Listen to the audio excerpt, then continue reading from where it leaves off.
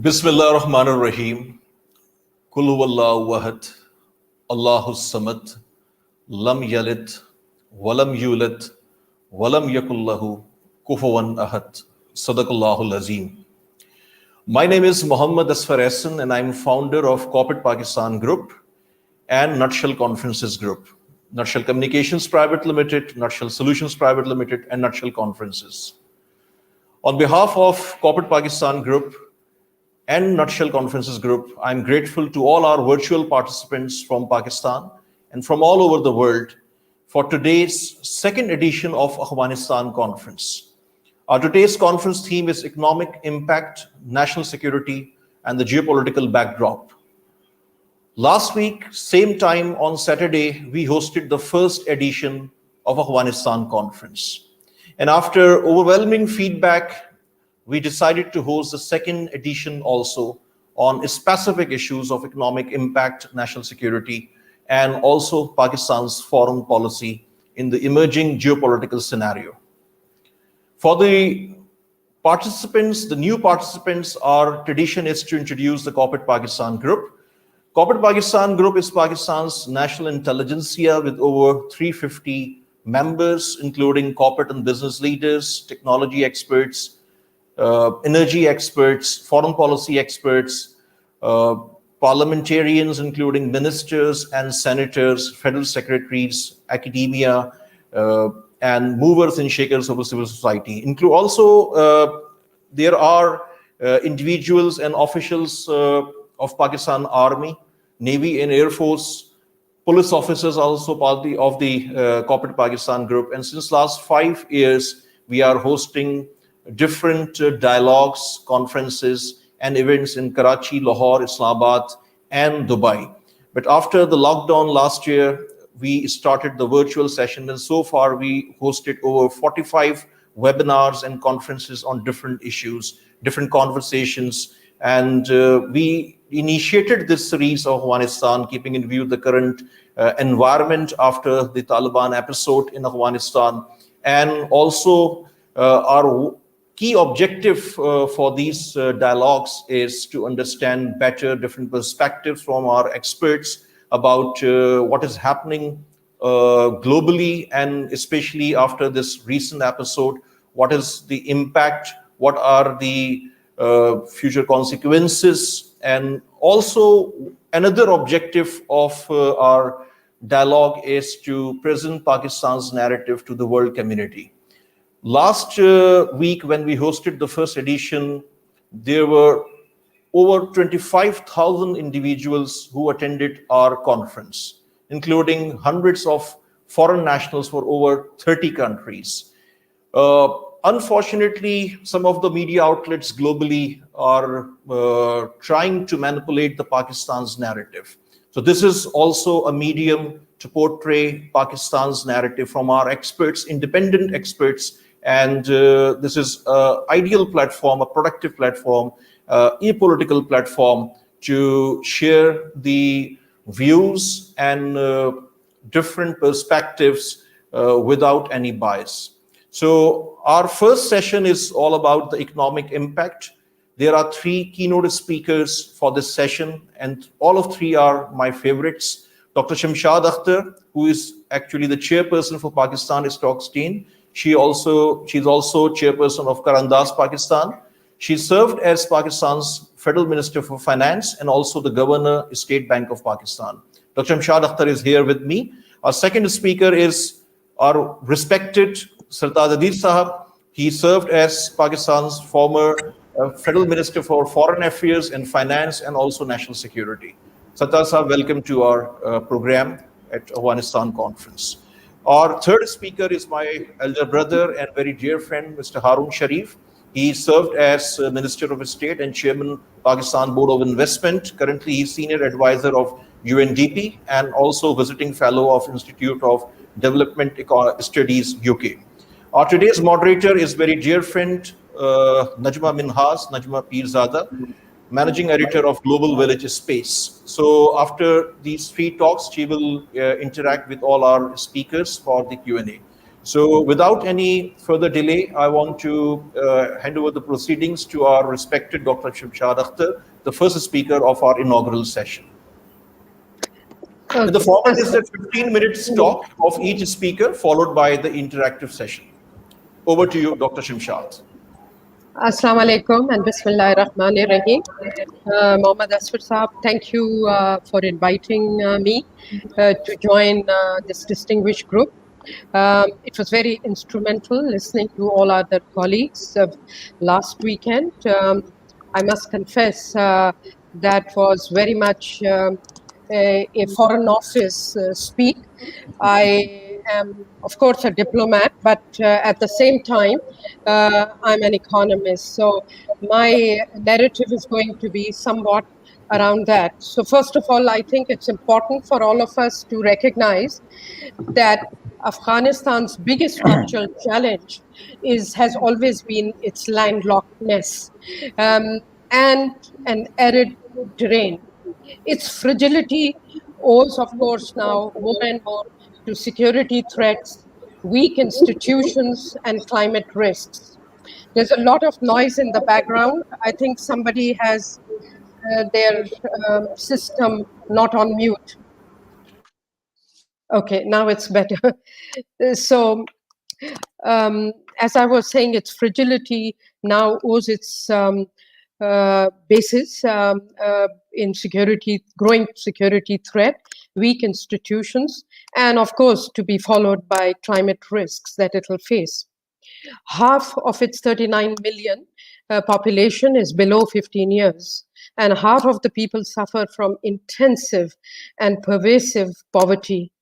Even those above poverty line suffer from low level of social indicators and poor access to basic services.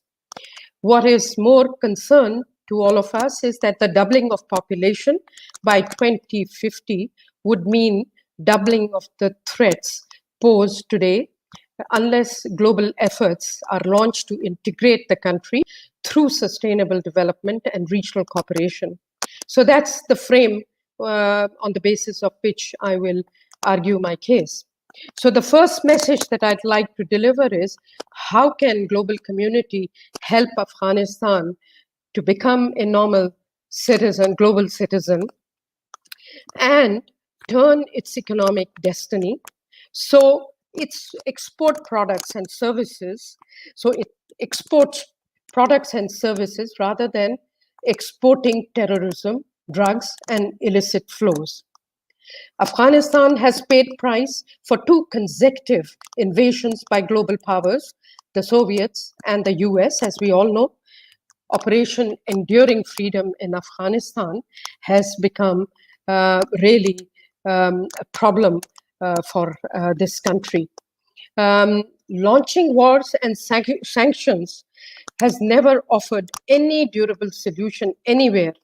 So why would it do so in Afghanistan? Invasions have not been driven by love of people for Afghanistan. Nowhere is the failure of multilateralism more evident to me than in Afghanistan, as United Nations Security Council reforms have been resisted by global powers, not recognizing the multipolarity of the world and are not giving adequate voice to emerging economies that could blend the thirst of the big power brokers. Resolution of conflicts, be in Palestine or Afghanistan, require singularly peace efforts and not the quadrilateral power brokers, as has been done in case of even Palestine. I say that because I have worked there quite a bit. If international community wishes to resolve conflicts, it needs an empowered global governance mechanism reinforced by regional institutions that singularly push for peace and stability and reinforce it with none other than sustainable development goals. US has spent trillions on Afghanistan wars and funds devoted to sustainable development in Afghanistan pale in contrast. Why is it that the UN Drugs Anti-Terrorism UNDAC institutions are not resourced effectively and manned by developed country agencies? Why is it that global institutions are clipped by power brokers and each country has its own competing institutions and solutions for regional cooperation, terrorism, or even the drug enforcement? Power brokers' strategy to clip global institutions has been driven by bilateral interest of grabbing geostrategic influence and resources of the region rather than, as I said, for the care of the people. Now, our region is endowed with rich minerals, natural resources in the belt of South Asia as well as the Central Asian republics, which is, of course, being used to develop pipelines for richer countries rather than helping resource-starved, poor, and low-income countries. Most of the South Asia and Central Asian republics' regional cooperation projects are stalled because of either resistance from our neighbor, India, or lack of resources sharing by developed world, or some resistance on Iran being or not being included in the game. Let me switch my gears and let me share my second message.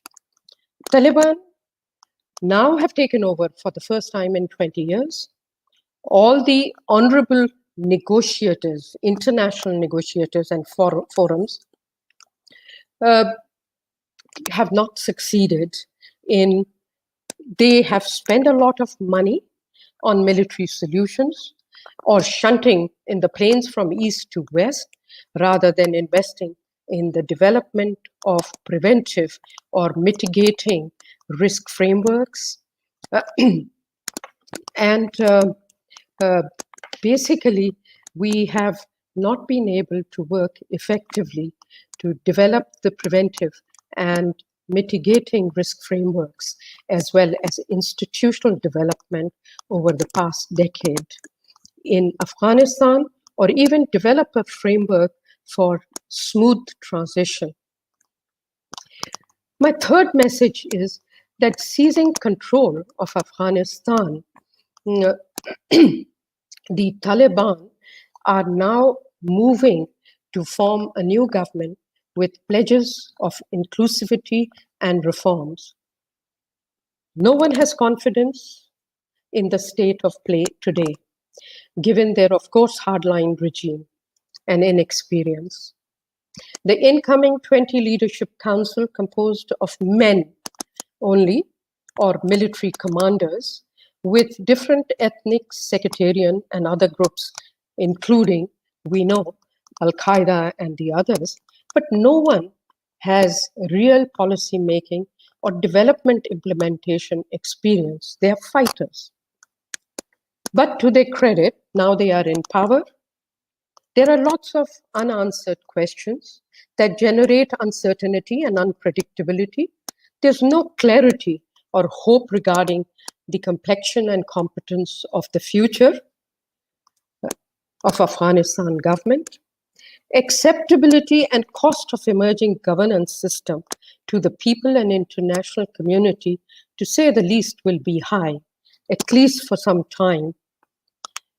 Probability of Taliban giving their ideological stance lately to honor, of course, safety commitments, or giving amnesty to surrendered security forces and government workers has yet to be tested. A council of wise technocrats need to be galvanized and economic institutions be funded by reviving the World Bank and other donors, Afghan Recovery and Reconstruction Trust Fund, to pool resources and initiatives. It's better to do that than have unsynchronized or contradictory projects and programs. And I say that based on my conflict experience of the post-conflict countries.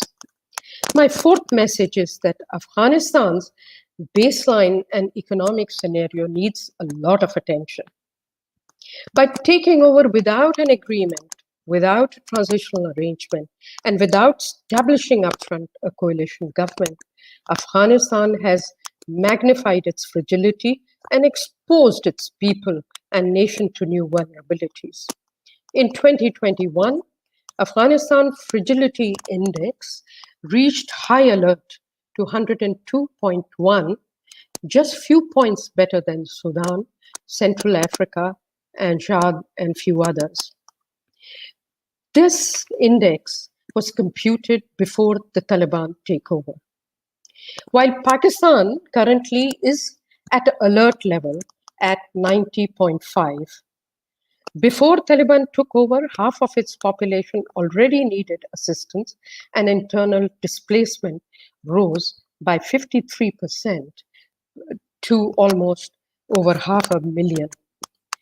Substantial lessons can be drawn from the experience of Afghanistan, for Afghanistan itself, and for other conflict-prone countries and aid agencies' responses, as I see.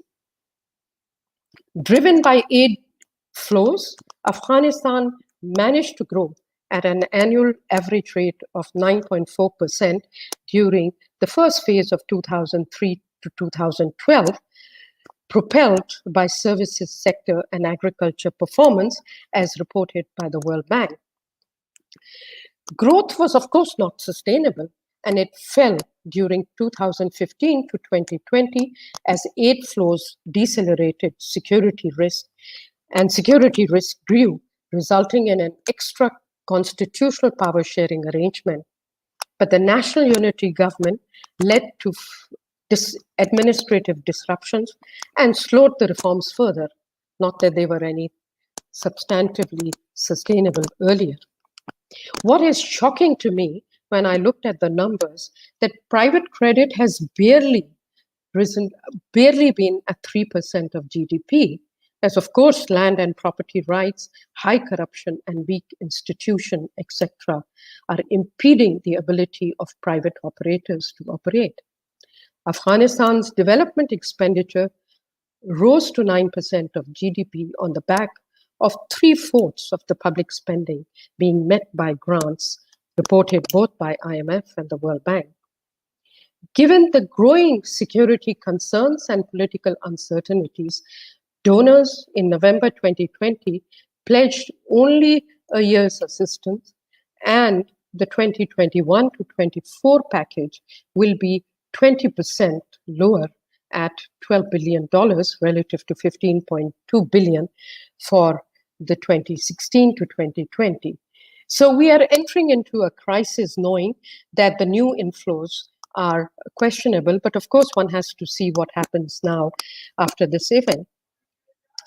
Pledging was conditional upon Afghanistan's combating corruption and all the things that we would like to look for. What is good news is that with support of additional pandemic flows, Afghanistan was able to contain its fiscal deficit to 2% of GDP, despite fiscal stimulus in the order of 3% of GDP, supported by the revenues. External current account vulnerabilities are quite a bit worrisome because of the high current account prior to the takeover of Taliban. It has been projected by IMF in the EFF document that it will rise to 28% of GDP in 2021 to 22. And as I said, this is pre-Taliban. Exports are barely in the range of 747 million, and 57% of Afghan exports go to SCO members, Shanghai Cooperation Organization member states. So we have entered into this situation surrounded by economic vulnerabilities, complicating the situation.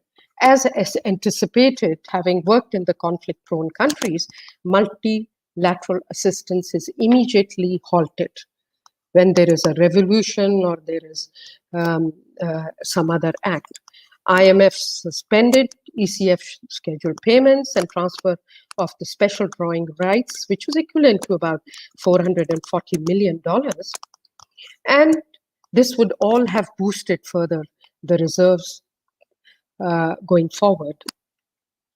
World Bank has withheld its assistance, too, for program and projects. And of course, US froze assets of central bank held in US. So liquidity constraints are going to be magnified as we go further deep into this, and it will be an issue until the freeze on the assets and flows are lifted. It needs to be recognized that worsening governance structure, security condition, and rising illicit economy and dependence on opium production, etc., are going to compound the macroeconomic vulnerabilities given that there is an aid suspension. My fifth message is that multilaterals should support countries in the management of spillover of chaos and uncertainty in the region, while directing investment in cooperative solutions. To me, of foremost concern is the spillover of Afghanistan uncertainty and chaos and its implication on Pakistan and its neighbors. Disruption in Pakistan-Afghanistan trade, investment are a reality. And I think moving forward, we have to work extensively with Afghanistan to make sure our exports are nurtured quite a bit. And we all know the problems that our economy, Pakistan, faces. But given the proximity with Afghanistan, I think we have to be very carefully navigating our way through. I know we have managed okay. Even the KSC 100 index has only shed about 0.5%, given that I'm representing Pakistan Stock Exchange. I'm watching it carefully. Pakistan's international bond performance among emerging market peers has dipped, of course, but there are security concerns that will impact our valuation multiples. So now to conclude, I will pick up my last point, which is that we need to harness the regional frameworks and cooperative solutions need to be further nurtured. Of course, the key thing is the role of China and Russia. China has given a strong indication that it stands ready to support peace and reconciliation process in Afghanistan, and it is willing to embrace Afghanistan in BRI engagement, which doesn't mean it's going to run with dollars or yuan overnight. Multiple projects of energy and transport have been under consideration for decades and have not been able to take off because of the rivalries or lack of resources. I have to say the other hope that we all had was the role of Shanghai Cooperation Organization, and unfortunately, it has yet to mature to a level that would help us. Nation building process has been non-existent or fragmented, and I have to say that the great disappointment is that the UN agencies are not able to play the right role that they needed to play. So with this, I'm going to stop and, of course, be available should there be need to answer questions. Of course, according to the World Bank, it takes at least 15 to 30 years for countries emerging from lengthy period of conflict to establish functioning governments. Over to you. Dr. Shamshad, thank you so much for that overview that you've given us of economic vulnerability that Afghanistan's current situation is in. My first question I'd like to ask you, and since you've been the former governor state bank here in Pakistan as well, is that the former governor of Afghanistan State Bank, Ajmal Ahmadi, he mentioned that the US had the 9 billion plus reserves that were owed to Afghanistan, and that there was no money sitting in Afghanistan right now. The Taliban have set up a new governor. What are his immediate challenges that he faces? Well, there are multiple challenges that the governor would face. Of course, to make sure that there is monetary stability, inflation remains under control in a very tough environment. And of course, the governors are the custodian of the reserves.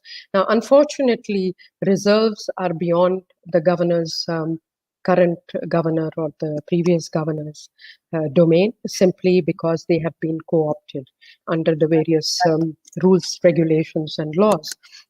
So I think it would take a degree of normalcy and some confidence, because part of the reserves have been frozen in the US. So it's much easier if it's the World Bank of IMF, but they also need the okay from the US. So I think it's a bit beyond the governors. The only thing they can do is maintain price stability and economic stability with their measures. In a scenario like that, though, how easy is it to maintain price stability? Because I would imagine that, you know, people will start hoarding things. So price stability might be a bit difficult. Also, in terms of the Taliban government, if they've encouraged their bureaucracy to come back to work, they've encouraged educated people to stay in the country, how will they pay this bureaucracy if they've got no money? I mean, the Western countries are talking about some kind of stability in the country, but what is the likelihood of stability in the country if in the immediate term the Taliban have no money? And who can they turn to? Well, they have to turn to their regional partners, and they have to turn to their friends, and every country has friends. Some you may like, some you may not like, but there is for sure a window to turn to in different countries. Pakistan, in difficult financial times, has been able to tap its friends, be it Saudi Arabia or the other friends. We have also tapped basically China hasn't been required. But you asked a very good question about the domestic currency stability, because of course we know that the foreign currency is not in our hands, and in absence of foreign currency, the stability of local currency and its shortage is also an issue.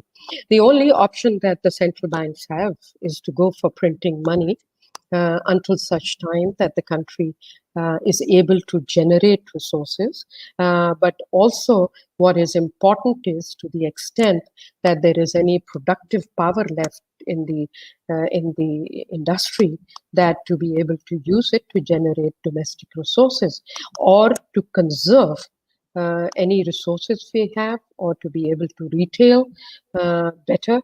That is the only recourse. There is no magic solution to it. And then what do you think in terms of the technical expertise? Do you feel that the Taliban have enough technical expertise? Will they be able to get hold of this technical expertise to run the financial and the economy? I must say that one of the reasons I kept to economics in my discourse is that I'm not at all familiar with the terrain of the Taliban.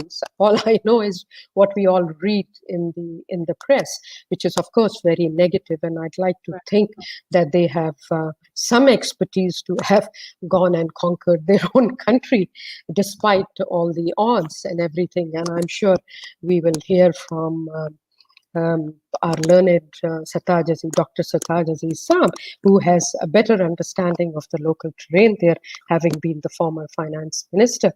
My understanding is that, of course, there is brain power and policy-making power within Afghanistan, because during my career at the World Bank, as well as my career in different in the multilateral institutions, I've had policy dialogue and diplomatic exchanges with the policymakers of Afghanistan, and I must confess I was very impressed. It is no surprise that the Afghanis have been able to achieve, despite all the odds, a level of macroeconomic understanding, of course, with a lot of doses from the IMF and World Bank. They were launching now taxation reforms. They were launching all kinds of the things that we can think of: state-owned enterprise reforms, stolen asset recovery system was being built. So there's a lot of work going on. Now, of course, unfortunately, that all has been disrupted, but that doesn't mean there is no competence there. The only one problem that I noticed amongst Afghan professionals is a lack of trust in the Pakistani professionals. Whenever we went there for a dialogue in New York and met all the foreign minister and the planning minister, unfortunately, that needs to be cleaned up so that Pakistan, with all its competence, can also help and, if possible, service in the Council of the Wise Persons that I talked about, because they surely need technocrats, and plenty of them, because earlier this was all being paid by the World Bank, Afghan Trust Fund and all that, because I looked at several studies earlier, whether it was US or, there's a lot of money of Afghanistan that has gone into very expensive consultants. So high time we withdrew that, conserved in this, otherwise they'll be left high and dry. Dr. Shamshad, thank you so much for your time. So Taj, I think now we'll ask. Now our second speaker is Mr. Satad Aziz. He served as Pakistan's Federal Minister for Foreign Affairs, Finance and Economic Affairs, and also National Security. He also served as Vice Chancellor of Beacon House National University. Over to you, Mr. Satad Aziz.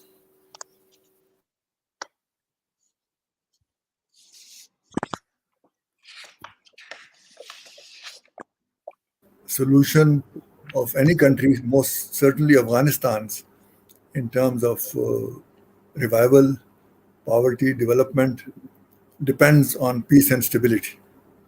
So I'll devote most of my talk on exploring the prospects for durable peace and stability in Afghanistan. Of course, the situation in Afghanistan is changing at such a dramatic pace that it's difficult to make predictions in the face of so much uncertainty. But let me start with a few positives. First of all, the dreaded prospect of a prolonged civil war has been averted. Everybody predicted that when Taliban move forward towards provincial capital, there will be resistance and you will have a lot of bloodshed and a prolonged civil war. Thankfully, the takeover was relatively peaceful and that civil war did not take place. And so to that extent, it was a relatively peaceful transfer. Secondly, the initial statement which Taliban have made are positive and reassuring, that they have learned from their mistakes of the period when they ruled from 96 to 2001, and they will now respect human rights and women rights, that there is general amnesty for everyone. Civil servants can go back to their duties, and they not allow their asylum to be used against any other country. So these are reassuring statements which have been repeatedly made by the Taliban spokesman. Thirdly, they have also endorsed the idea of an inclusive government in which because Afghanistan is a multi-ethnic society, that other ethnicity group should also be adequately represented in the new Afghan government. So these are fairly reassuring prospects for peace and stability. But will they actually lead to peace and stability in Afghanistan in a durable basis? That's a question which is difficult to answer. And the main reason is that the initial reaction from USA and the Western countries is rather negative. It seems that they would do anything in their power to prevent Afghanistan from Taliban to consolidate their hold on Afghanistan. And they have frozen, without, in my view, much justification, the assets of Afghanistan, $9.5 billion. And Shamshad Akhtar also pointed out the IMF money, the German funds, UK, and many other funds, which actually belong to the people of Afghanistan. And there's no justification, whichever government comes, to divert those funds. Then I think the Western media is looking for any piece of evidence to show that Taliban version 2, this one, is not going to be very different from version 1. So the statement that they are making should not be taken at face value, and they would not be able to implement it. Now, this reaction to some extent is understandable because of the what I would call a kind of humiliating defeat that appears to be on the surface, which the strategy that USA advocated did not succeed at all. But the question is, supposing the projected estimate that CIA gave that Taliban will take about 90 days to reach and capture Kabul, supposing that had been realized, that it means ferocious fighting in all the major cities in Kabul between the Afghan National Security Forces and Taliban. Can we imagine the casualties and the displacement that would have caused? Isn't this more peaceful transfer, takeover, preferable to that option? In fact, if you go deeper into the situation and look at the agreement which USA signed with the Taliban on 29 February 2020, last year, one of the major clauses is that Taliban will not allow their territory to be used by Al-Qaeda and other terrorist groups against any other country, which means that USA expected that Taliban will actually take over Afghanistan after USA leaves. So it is in accordance with that expectation. Of course, there were some expectations that there will be some kind of a power share agreement. If USA was actually serious about that, they would have persuaded Ashraf Ghani to resign and work out some kind of a power sharing deal in which, looking at the ground situation, the Taliban will have their dominant share in view of the ground realities. But that also didn't happen. So in this situation, the real question before us is, is there any other viable alternative to bring durable peace and security to Afghanistan? In my view, none.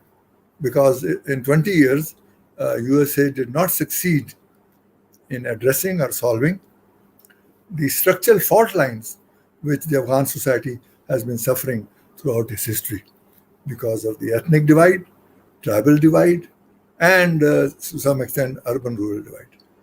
And in the absence of governing structures which harmonize these divides, it was actually managed by the US through coercion or force.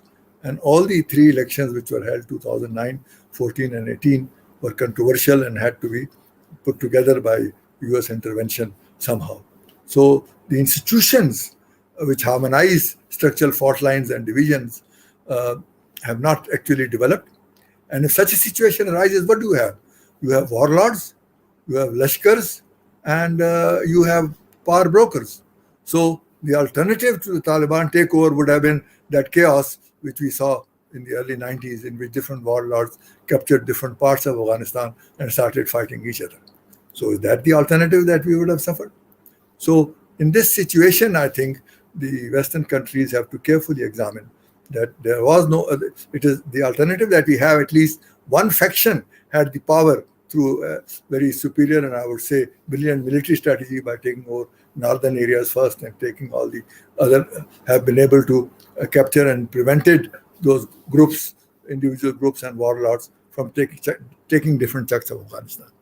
So I hope that if this is difficult to convince superpowers who have their own domestic agendas through logic alone, but the question is of alternatives, and if they look dispassionately at these alternatives, they will find that their present policies of trying to deny them the opportunities that may arise for peace and stability is not correct. In the meanwhile, are there alternatives? In my view, the regional countries of Afghanistan have much greater stakes in Afghanistan, peace and stability in Afghanistan. That includes Russia and China, which are immediate neighbors, Pakistan, Iran, and the 6 Central Asian countries. Most of them are members of the Shanghai Cooperation Organization. Now, their interest in peace in Afghanistan is much greater. It is not just humanitarian. It's their own interest to move forward because of the connectivity between Central Asia and trade, energy connectivity, I mean, there are tremendous possibilities if peace to Afghanistan returns. The Central Asian will have direct routes. The energy will flow from Central Asia towards South Asia, and trade will expand, and it will be the whole region will prosper tremendously. So these countries should, without waiting for the Western world, offer to help Afghanistan and invite Afghanistan to present their requirements and their problems to see which countries can help them bilaterally and what can be done collectively. Iran has already started supplying petroleum to Iran. Pakistan has also expanded its supplies and trade, and the number of trucks traveling to Afghanistan in the last 2 weeks has tripled from the earlier level. There is money in the private sector, so essential imports are going. We can help with food and many other items. But above that, there is need for a collective decision on the timing of the recognition of Afghan government and an interaction to see what can we do to help Afghanistan in different ways. Afghanistan, of course, has the challenge of first establishing control, physical control, and that is not easy, as we saw from the very horrendous attack that took place two days ago at the Kabul airport. And secondly, then they have to try and form some kind of a government, inclusive government. And there, the proposal to have a transitional government initially, pending more detailed consultation on a new constitutional structure, as well as a regular government, is a better option because it will be difficult to fulfill the expectation of all the groups. So some kind of an interim solution will come.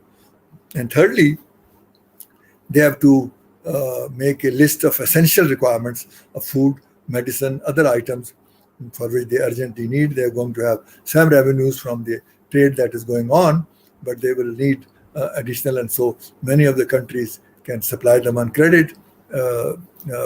Still their reserves are defrozen and they're allowed access to them. But more importantly, then they have to restructure the government and the organization which provides services, security, and all other services. That also is not going to be easy because all their organization would have spoilers and anti-Taliban elements who will have to be watched carefully before going forward. But these are the challenges which the new Afghan government will face immediately, and as many countries as possible should help in this transition so that the economy of Afghanistan can recover, and after 40 years of war, people can make progress in peace, because I think, as Shamshad Akhtar pointed out, they have tremendous potential. But if peace and security, stable security returns, then of course these opportunities can be used with the help of the international community and much more importantly of the regional countries. So this is my overview of the situation at the moment. Given us. I'd like to start off by asking you, you mentioned that Western media outlets have a lot of skepticism about Taliban 2.0. What about yourself? You have experienced, worked with them to some extent in the late 90s as well as Pakistan's finance minister at the time. What is your view on what you're seeing? Do you feel they have changed? Yes, they have learned a lot, and I think compulsions are there because they want international recognition and acceptance. And they realize, and the spokesman have said, we have learned from our mistakes. And the situation is very different. For example, now, in the last 20 years, the girls and women in Afghanistan were given tremendous opportunities both for education and work. And they have used these opportunities to play a very active role in the media, in the NGOs, and in the education sector. So they are not going to, and they don't want to leave Afghanistan, they want to work in Afghanistan. So they are not going to accept these burqas and restrictions readily. They'll fight for their rights. So I think the Taliban would have to accommodate them because you can't force them just by issuing edicts. And they realize that. They have said that if they wear hijab, and when somebody asks them hijab means burqa, he said, no. There are different ways of hijab, and so we are not forcing them into burqa. So I think the ground realities have changed, and Taliban, if they want to continue to be recognized by the world. The 90s was a very different period, and now the world has changed and Afghanistan itself has changed. I mean, the fact is that there's lots of differences within the Taliban itself as well. Do you think that if they take over government, which of course they will, a more unified version of the Taliban will appear? That is a valid concern, because there are, of course, different factions, and there are some who are very conservative, some are moderate and middle. And it will not only require a strong policy, and I think once they have a multi-ethnic government, that will be assured to some extent at the higher level. But at the lower level, they have to train their foot soldiers how to respect citizens, and particularly women, and how to conduct themselves, because they are fighting soldiers. They have not been trained. So it will require a tremendous, and I think Afghanistan has never been easy to govern in history. So for us to expect everything to be smooth and very ready-made for our needs is not going to happen. But I think if all the countries, particularly neighboring countries, help them in different areas and try to help them along, I'm sure in a year or two, things will look much different.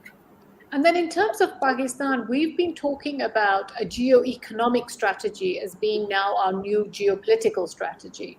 Do you think the Taliban fit in well with that? What are your views on that? Absolutely, because I think if you look at the money that came to Afghanistan, $8 billion a year, $4 billion for military and $4 billion for civilian, how much of it actually reached the citizens? Whereas if you have connectivity and trade with the region, this will spread out to everybody. It's not government expenditure, 50% of it goes into corruption, perhaps.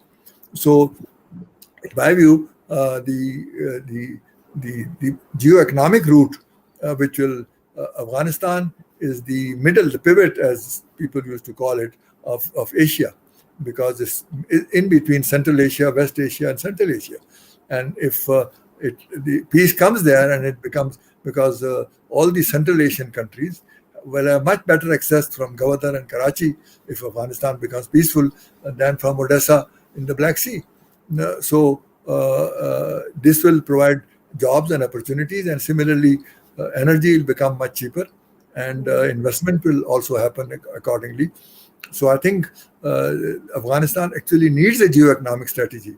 If peace and stability returns, which requires politics, only then prosperity. Does it fit into our geo-economic strategy, Afghanistan? Absolutely, because for us, peace in Afghanistan is very important to connect to Central Asia, because the whole CPEC concept, for example, is connectivity, not just physical connectivity, but connectivity of ideas, connectivity of policy, connectivity of people, and that I think requires peace. And then what about in terms of our direct economy? Do you think there will be some short-term and long-term fallout? Yes, I think our trade will increase threefold, fourfold in the next year, because we are the natural suppliers of goods to them. During the last few years, it has declined for deliberate policy reasons. But as I mentioned, our number of trucks going to Afghanistan has tripled in the last 10 days. And further, and I think people are used to our goods, and there are people, contractors and traders who are been doing this for decades. And therefore, it's a natural flow of goods and people.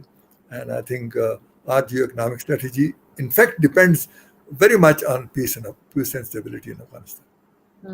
So, Jasab, thank you so much for your time. Thanks. Thank you, Mr. Sadad Aziz. And our third speaker for inaugural session is Mr. He served as Minister of State and Pakistan's Board of Investment Chairman.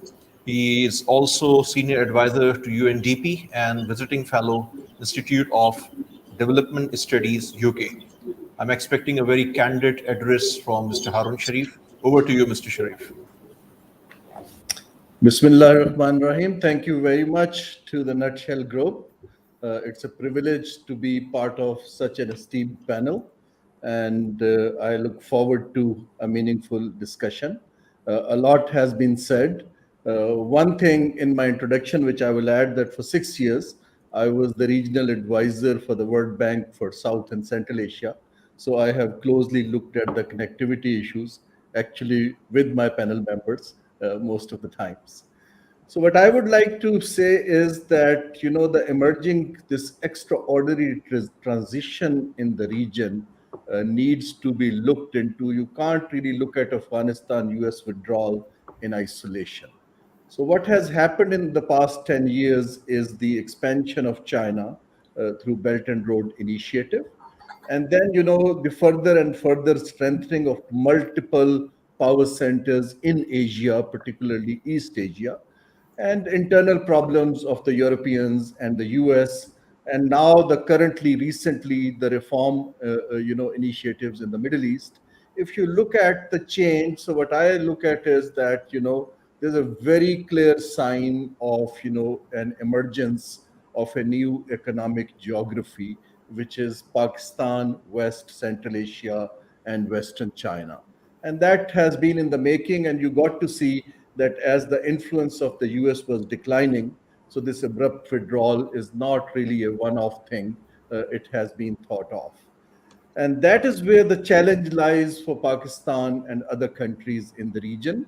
My take is that the global financial architecture will not be effective to help Afghanistan in future, although it's very hard to predict the economic scenarios. It will be the regional players and the regional multilateralism which will fill the gap in the coming years, as Sartaj Aziz Sab has mentioned, that there is a stake of the region in it, and there is a very clear, move from this global financial architecture to the regional solutions. Even the global governance structure has failed to deliver in countries like Afghanistan.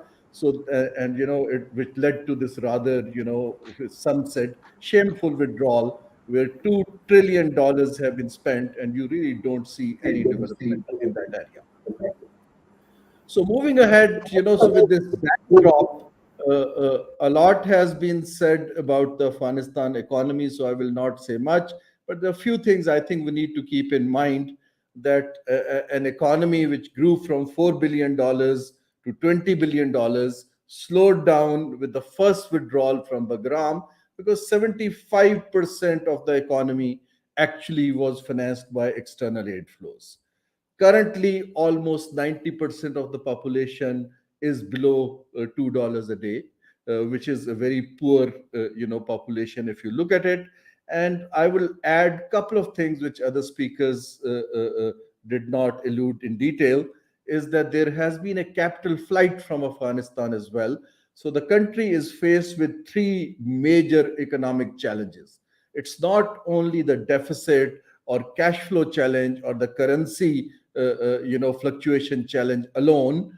It is actually a major challenge is the trust deficit of the new regime, that how do they legitimize their presence. The second deficit, which is even more deeper, which has been pointed towards, is the skills deficit. And let me, having worked with Afghanistan for several years, I think all the skilled people have not really fled the country. It is up to now the Afghan leadership that how do they incentivize and create space for people who have international experience, who have financial experience, who have economic experience, to somehow rope them into the kind of a council or a group as it has been recommended. So point I'm trying to make is that there are bare minimum skills already available, and if certain assurances are given, so these could be utilized more effectively in Afghanistan. We also keep in mind the sources of finances of Taliban when they were basically fighting. And these were, they were actually, the articles which I have read, they were controlling $1.6 billion of legitimate economy in the districts of their control. So they have some experience of trade and trucking and, border posts. So it's not that they really don't know anything. But at the same time, there was a reliance on the opium trade as well, which is 7% of the GDP of Afghanistan, which we got to keep in mind. And if, the sanctions or some, money is not released to them, so we might move towards more opium trade and smuggling and, informal dealings with Iran for oil and others, which is a natural, route which they will take, the informality of the system. Finally, in this, when I look at Afghanistan, interestingly, lots of people in terms of, indices, they actually rate Taliban corruption levels much lower than what the contractors who are running the economy at this point in time. So in terms of corruption perception, that's one positive thing which I have been reading and talking to people. So I basically think at this point in time, they are dependent on Pakistan for essential, imports to run their economy. But it's not only the carrot and stick policy of the West, which we will see. There are still UN sanctions on Afghanistan, Taliban as well. Under UN SCR 1267, which were relaxed in Doha because of the dialogue. So you got to see that legitimacy of the Western and international world might not be that straightforward. So my second, moving from Afghanistan's immediate challenging, is the impact on Pakistan. Now, impact of Pakistan, Sartaj Sahab has mentioned that, the trade is likely to rise. Partly I endorse it, but, unfortunately, if the reserves are not released or sanctions come up on Afghanistan for multiple reasons, so then formal trade might not increase, and it will again lead to informality of essentials, because at this point in time, the banking system and everything is under threat in Afghanistan. But Pakistan needs to prepare for it, how to do that, because there is an issue here, because Pakistan is already a net importer of food items at the moment. But there will be a much higher need of food items in Afghanistan, and if they go through smuggling, how do we balance the situation? Similarly, I'm told that dollar last week in Jalalabad was being sold, Pakistani dollars, between 170 and 180 rupees. So people who are making, these FX arbitrage, so they will be playing in that market, and that might bring some pressures on dollar in Pakistan as well in the, open market case. So I'm just giving some examples that kind of informality and kind of pressures Pakistan will face. On the positive side, obviously, it creates great opportunity for Pakistan, to play a constructive role from a you mentioned, Najma, last time, like, from a geopolitics role to from strategic role to economic role, because when I was dealing with it, we had already spoken about Jalalabad, Torkham, motorways all the way to Central Asia, CASA 1000. But my contention is that these mega projects are way above our capability. So we need to build with smaller connectivity pieces. Even it was way above the capability of global financial institutions. We have been bluffing ourselves that this can happen in a conflict economy. So we should build piece by piece, and I'll give some concrete suggestions in the end on that. Now, Pakistan's regional connectivity mega plans for the time being needs to be put on hold till the actual situation in Afghanistan emerges. And I just hope that it is a more positive one. And I also fear that, let's assume that the tensions between the West and Afghanistan continue to rise. Mind you, Taliban still are, labeled and placed as a terrorist organization in most of the Western countries, including the US. And if it leads to informal, illicit flows of money, because they need money, that Pakistan might get under some FATF type more pressures in future. So I worry for that kind of thing. Already we have seen pressures coming on GSP Plus, on human rights and others. So we need to jack up our communication game with the people to mitigate those. The positive side is that if Pakistan comes up with a framework for the refugees, although we are resisting, but that is an area which will give very good signal to the international community. Also, a humanitarian response of doctors and other things, because that is needed in Afghanistan, because there has been a brain drain. And that is where Pakistan can fetch regional and international resources to take that forward.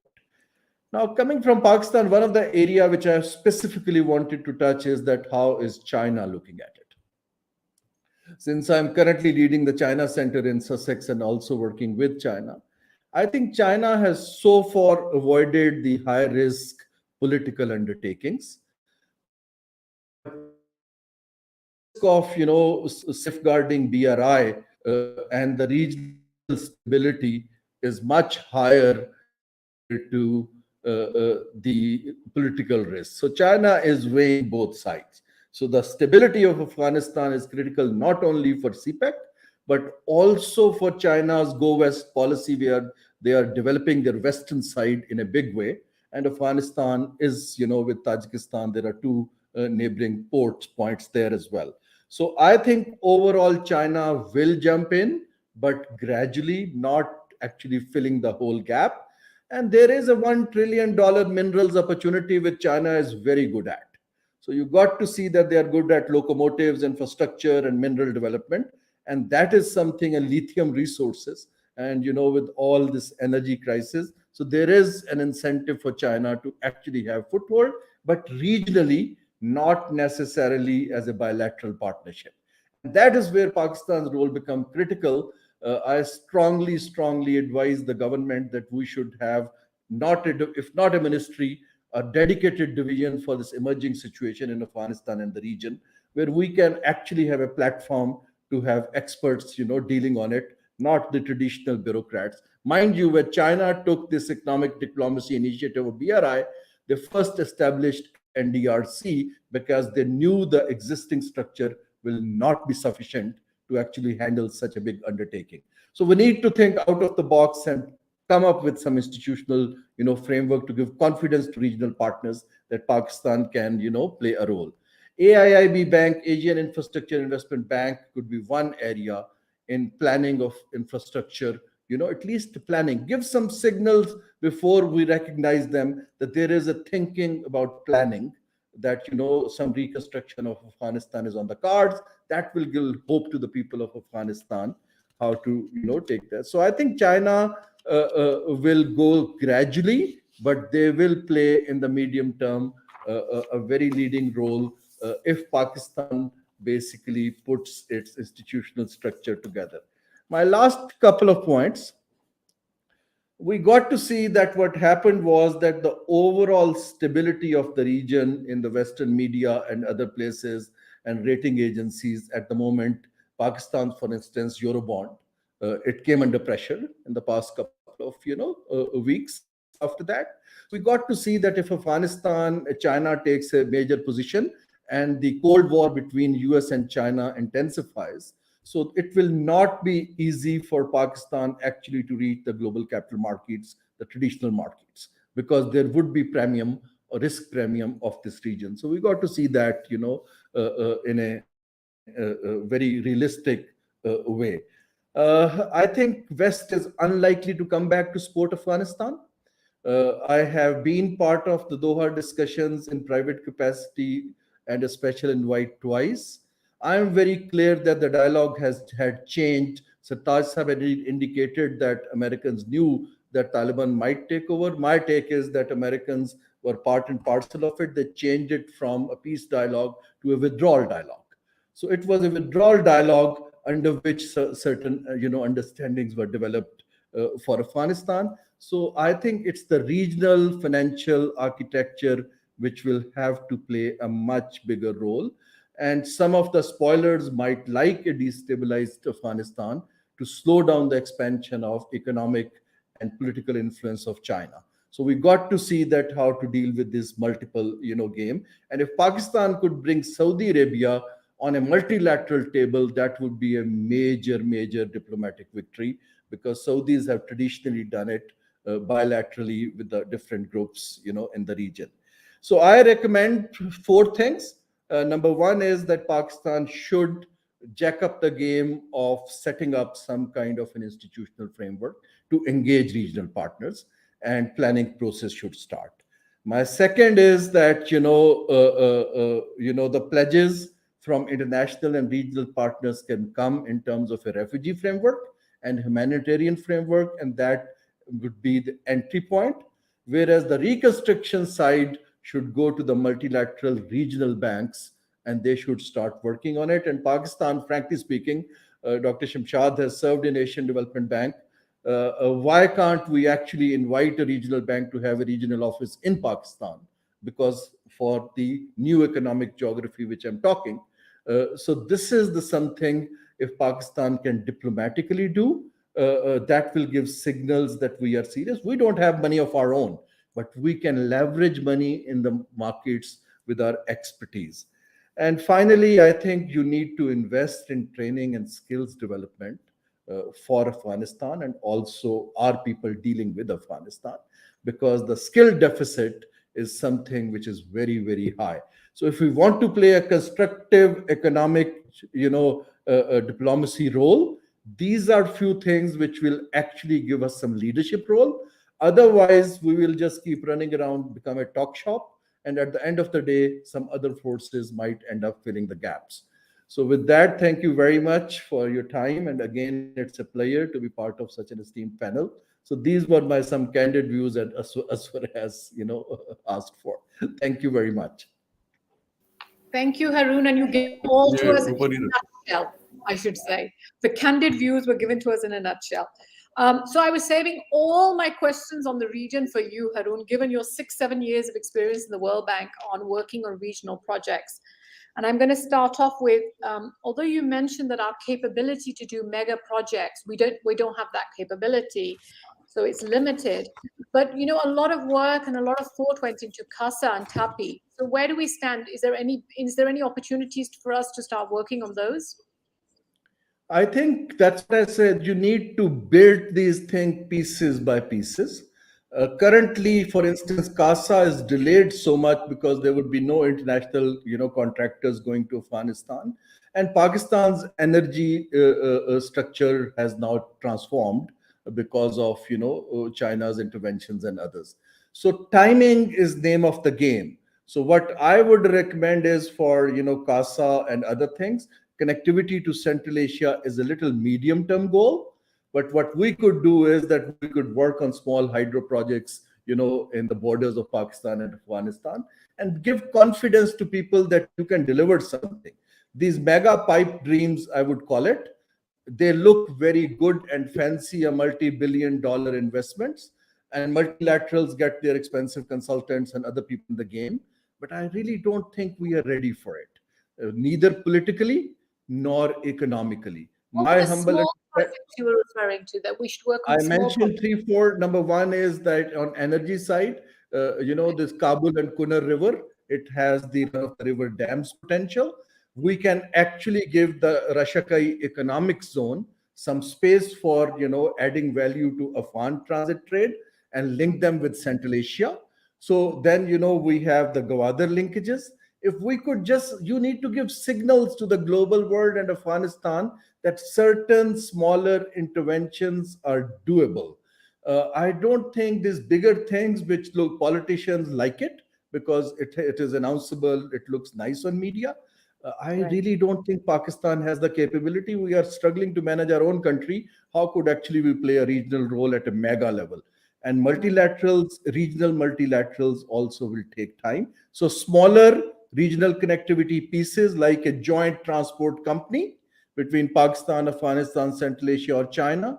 These are certain things which will signaling is critical, and the timing, that's what I've learned. Okay, now in terms of the regional players, you mentioned, of course, that you think that the West is not likely to come in this time to help Afghanistan. Who do you think are the most likely regional players who could come in, and what kind of role could they play? For example, last time around, we know that the UAE recognized the Taliban. It's very unlikely, I would say, to do so this time. What kind of role do you think the regional players could play, and who do you think are most likely to come in the short term? I already mentioned like Asian Infrastructure Investment Bank, Asian Development Bank, Islamic Development Bank. So there is a multilateral architecture in the region. But also, honestly speaking, I'm less concerned about the supply side of money availability. I'm more concerned on the a platform which can give confidence to them that their money can be handled better. And that is where Pakistan and Pakistani professionals need to play a role. Because at this point in time, the trust funds, the sovereign wealth funds of Qatar and Saudi Arabia, they're loaded with money. But the question here is that who can champion a platform which can handle that money? We have seen the US contractors, how badly they have handled the money which was coming to Afghanistan. If we can come up with a credible structure with the help of regional partners, so far let me highlight one thing. Sartaj Sahib is here. All economic dialogue structures in the region, be it SCO or be it Shanghai Cooperation Corporation or ECO, they are foreign policy led, strategically led. Economics is a subsector of that. If we want economic diplomacy, that needs to be reversed. I would strongly urge that office of ECO or something should be moved to Islamabad, so that one could actually take the lead on these things from an economic lens. The mistake we are doing is we are talking economics but handing over to security personnel and foreign office diplomats who know very little about economics. I'll be again very candid. So that is where the mismatch is. If we want to engage in economics, then give lead to people who understand that. So when you say institutional structure, you're not referring to, for example, a sovereign wealth fund of that sort? I mean, what is it that you're referring to? What kind of structure? I think, as Dr. Shamshad mentioned, initially you need to work on, a multi-donor and multi-country fund, which can be managed and housed and delivered. But eventually, I think the role of regional multilaterals will become extremely critical to raise money for Afghanistan. Mind you, previously the money was going as mostly grants to Afghanistan. If you look at Afghanistan debt to GDP ratio, it's very, very low. So, but in future, how much can be grant and how much will have to be commercially led? That is a medium-term question. But you need to structure some pool of money and some planning ideas which can, start programming that money. Unless and until that is done, the vacuum is likely to remain quite wide. So you've been, you were the former chairman of the Board of Investment, and you know how difficult it is to bring in investment into any country. In Afghanistan, should people get together and do this as a charity? I mean, why would they do it otherwise? On the ground, what situation is there for people to bring in their money? I think bringing private investment is, out of question for the time being. First, we need to see the recognition, then stability, and then some movement. But infrastructure investment, connectivity investments, looking at value addition to Afghanistan goods, investment in skills, investments in essential services. It's a huge pool of investment which is waiting for Afghanistan. So we should not look at Afghanistan, frankly speaking, as an ordinary, global country. It's a country which has been badly bruised by conflict. And you need to take a look at a very different look. Unfortunately, most of our international people and consultants look at Afghanistan as a normal, economy. It is not a normal situation. It needs to be dealt with an arm of flexibility as well as innovation and understanding the cultural, norms of the country. One of our comments, there's an Asif Ansari I read. He is talking about the fact that, and you mentioned yourself, that 7% of Afghanistan's GDP comes from the opium trade. Asif Ansari mentions, that the informal economy in Afghanistan is around 50%. Where is the comparative advantage for Afghanistan in the region? What does it need to focus on? We hear about these rare earth minerals, energy minerals, and so on. What is Afghanistan's own niche that it can get involved in?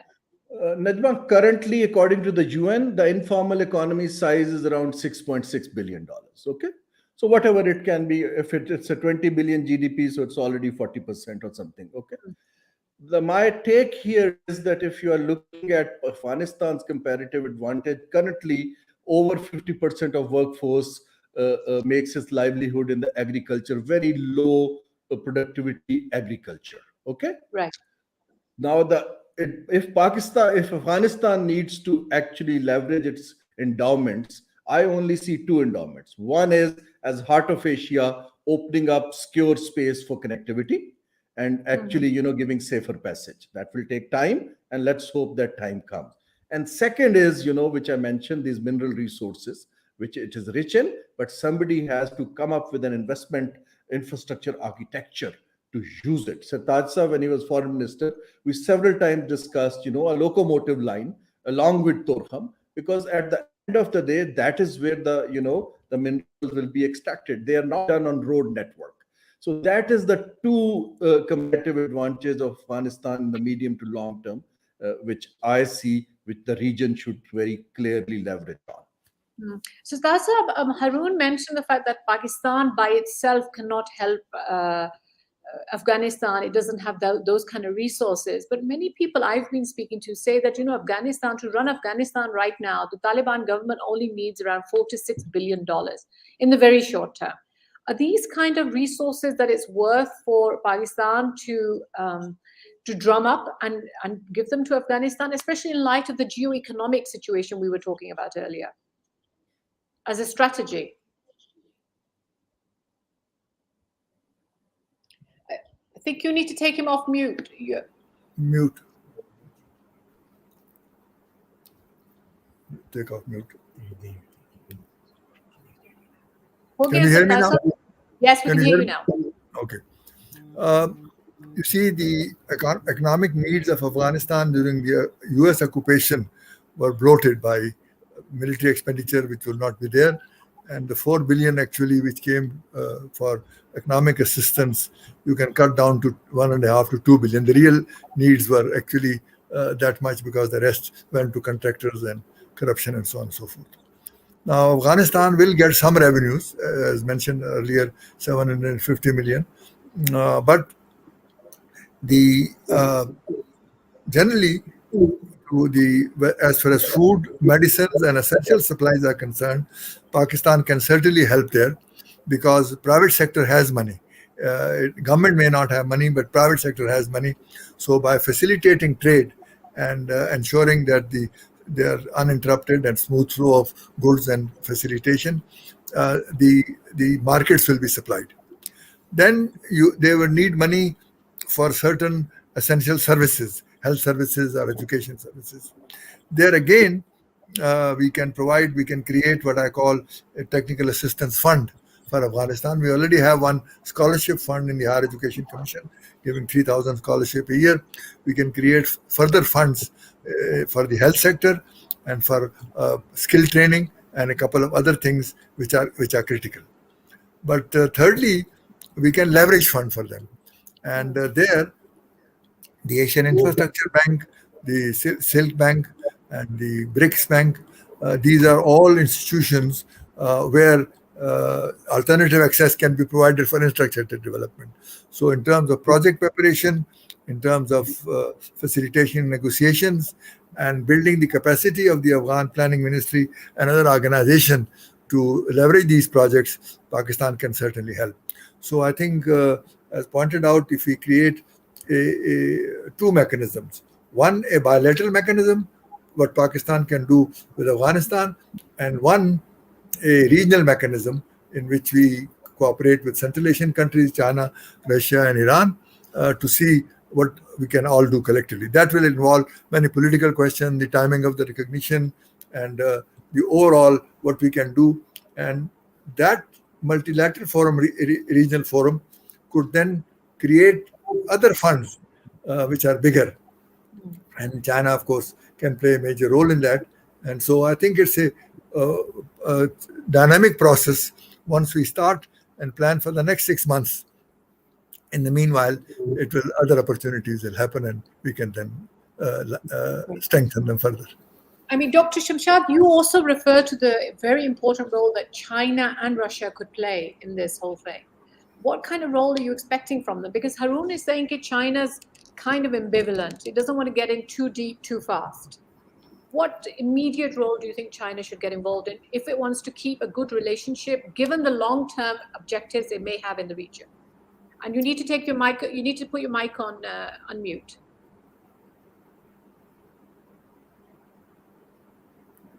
Okay, thank you for that question. China and Russia are very complex diplomatically in their engagement in difficult environments.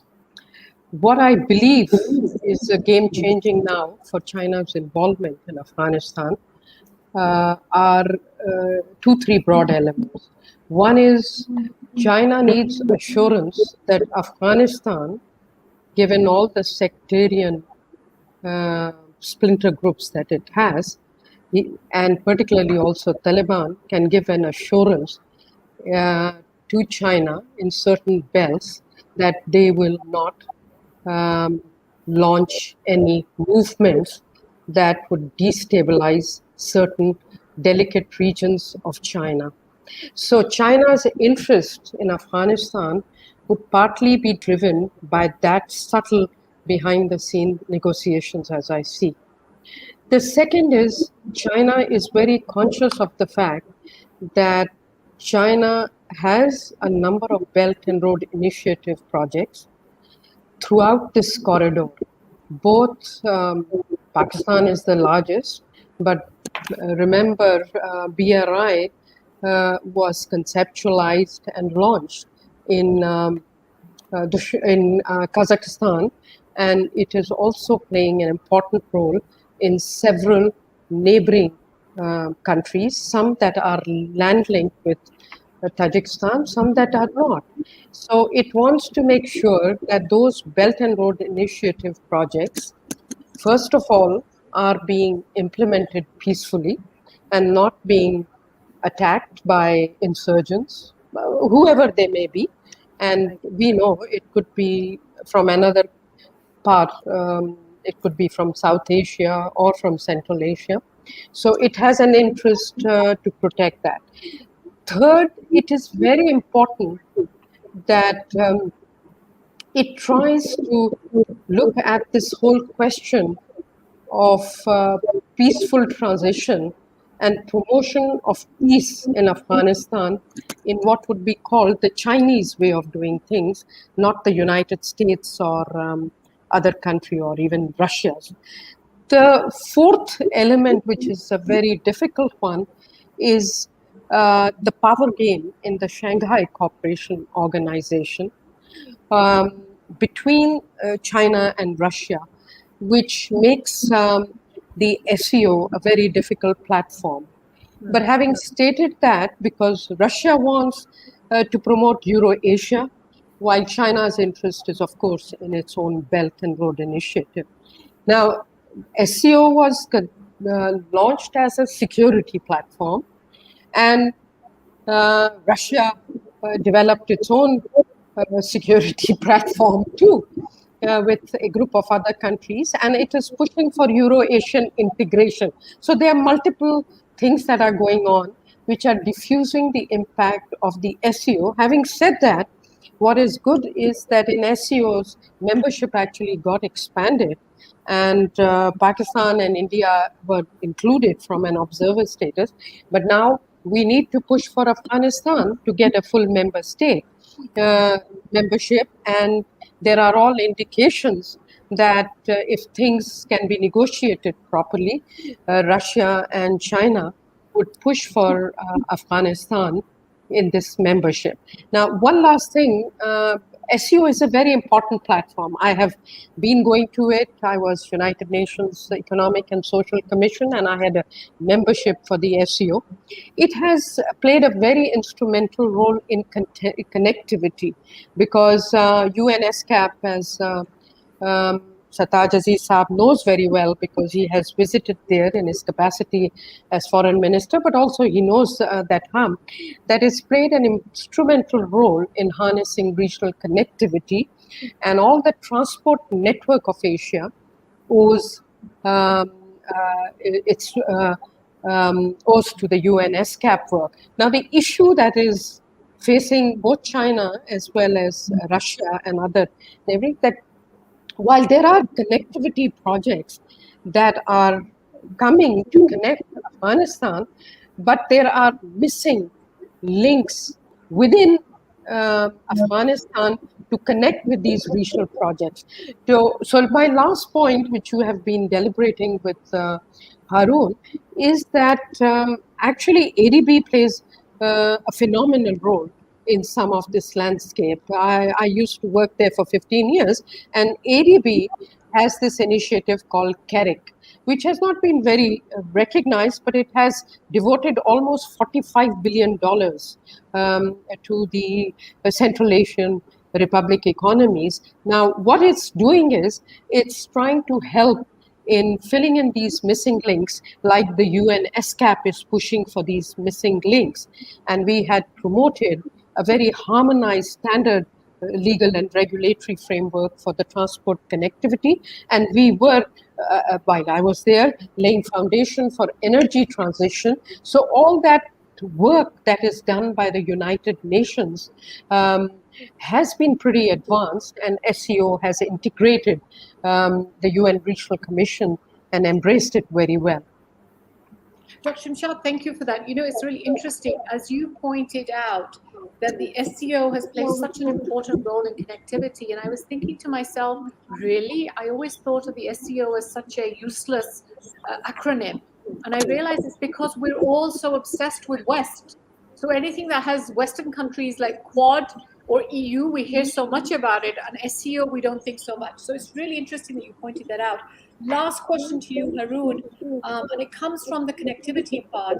How long do you think it's going to be before we see Pakistani trucks going through Afghanistan, straight through transit trade, all the way to Central Asian states? Well, my desire is quickly. I think one truck did go under the TIR convention to all the way to Dushanbe. I think that infrastructure needs to be done. First the road and then others. But also at the moment, you have another route through Western China as well, which is called quadrilateral, going into Central Asia. Now, as we go, along these sides, but the fundamental question remains stability, Najma. Unless and until you give safe passage, the private sector capital will not move in. So the insurance cost and everything will be very high. That's why I'm saying let's build piece by piece. And the first would be, this whole Peshawar, Torkham, Jalalabad, Kabul, expressway. If we can initiate that and then link it up to Central Asia, that would be the starting point. Other than that, China has been resisting giving us access, from the western border for security and other reasons. But now the dynamics in the region are changing. That's what I'm trying to say, that Pakistan needs a dedicated team working on these issues, insulated from the bureaucracy of the regular functionaries. Unless we do that, we cannot fast track that change which you are indicating towards. And this is my message again and again. It's an extraordinary situation which can lead to an opportunity if you jump on the timing and leverage human and financial resources. Thank you so much. I'd like to thank all three of my panelists. It was a pleasure moderating with you and learning so much from you. So thank you so much. Thank you. I'll pass over to you. Khuda Hafiz. Thank you, Najma. Thank you, Asfar. It's been a real pleasure. Thank Khuda you. Hafiz. Thank you, everyone. Thank you, Mr. Sattaj Aziz, Dr. Shamshad Akhtar, and Najma Minhas for the brilliant session, very academic, and we are receiving very good feedbacks. They covered their area of economic impact in the regional scenario very well. Now the time is for our second session. But before starting the second session, I want to share with all the virtual participants in Pakistan and globally that last Saturday we hosted the first edition of Afghanistan Conference. We already compiled the report of the first session, and after today's conference, we will compile the second report, and hopefully on coming Wednesday or maximum by coming Thursday, we will launch both the reports covering the complete details of the discussions with the recommendations, and we will upload the reports, both the reports, on our website, nutshellconferences.com. Nutshellconferences.com is our website. So please visit our website on Thursday morning to check the details of entire 2 conferences. We will also circulate and we will hand over the hard copies to the concerned officials in Pakistan and in Afghanistan. Our second session is very important session. I carefully engage 6 experts. They are foreign policy experts. They spend their life in this field. They are practitioners. They served on different assignments throughout their career. 6 foreign policy experts and diplomats from Pakistan. Our session topic is Pakistan's foreign policy and changing geopolitical scenario. Moderator and chair of this session is our very dear friend, Ambassador Nagmana Hashmi. She served as Pakistan's ambassador to China, Ireland, Belgium, and European Union. Our panel speakers are a very renowned foreign policy expert, one of the senior most foreign policy practitioner in Pakistan, Ambassador Aziz Ahmed Khan, who is Pakistan's ambassador to, he served as Pakistan's ambassador to Afghanistan and also head of Afghan affairs. Ambassador Tamina Janjua, she served as Pakistan's foreign secretary from 2017 to 2019, and she's also a member of Corporate Pakistan Group as well, in addition to Ambassador Nagmana Hashmi. And for me, she's very respectable as well. And we are actually, in the future, we will be the next door neighbors in Islamabad, because our land, we are about to start construction of our houses. So she's my neighbor as well. Our third speaker is my favorite, my very dear friend, my elder, Ambassador Abdul Basit. He served as Pakistan's High Commissioner to India and also Pakistan's ambassador to Germany. We worked together when he was Pakistan's High Commissioner in India, and I personally experienced and witnessed how effectively he worked on outreach for Pakistan's narrative. Our fourth speaker is another brilliant foreign policy expert, Ambassador Asif Durrani. He served as Pakistan's ambassador to Iran and UAE, and also Deputy Chief of Mission to Afghanistan. Last but not the least, the fifth speaker is Ambassador Syed Abrar Hussain, and he served as Pakistan's ambassador to Afghanistan, Nepal, and Kuwait, and a special secretary foreign affairs also. So this is 75 minutes dialogue on Pakistan's foreign policy and changing geopolitical scenario. And over to you, Ambassador Nagmana Hashmi, the moderator of this session.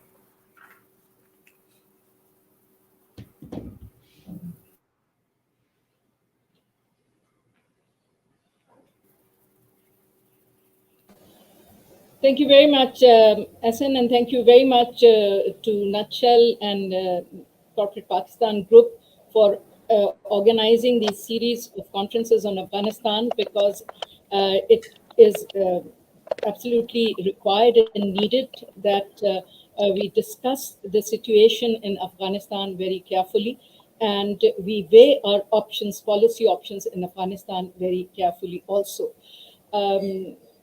We all know that after the very sudden and chaotic withdrawal of the US forces from Afghanistan, the Taliban are now in Kabul and hoping to form an inclusive government to take the things forward.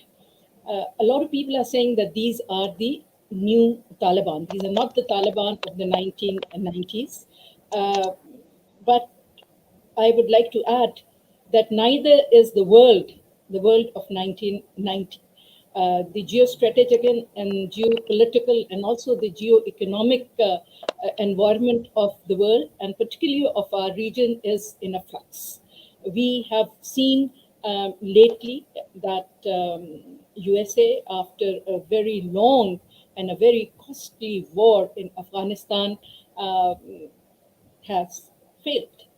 A lot of people around the world are saying now that basically USA is a waning power. On the other hand, we now see China emerging as the next superpower of the world. Its phenomenal development, economic development, and its fantastic strides in technology have earned for itself a place which is uncontested.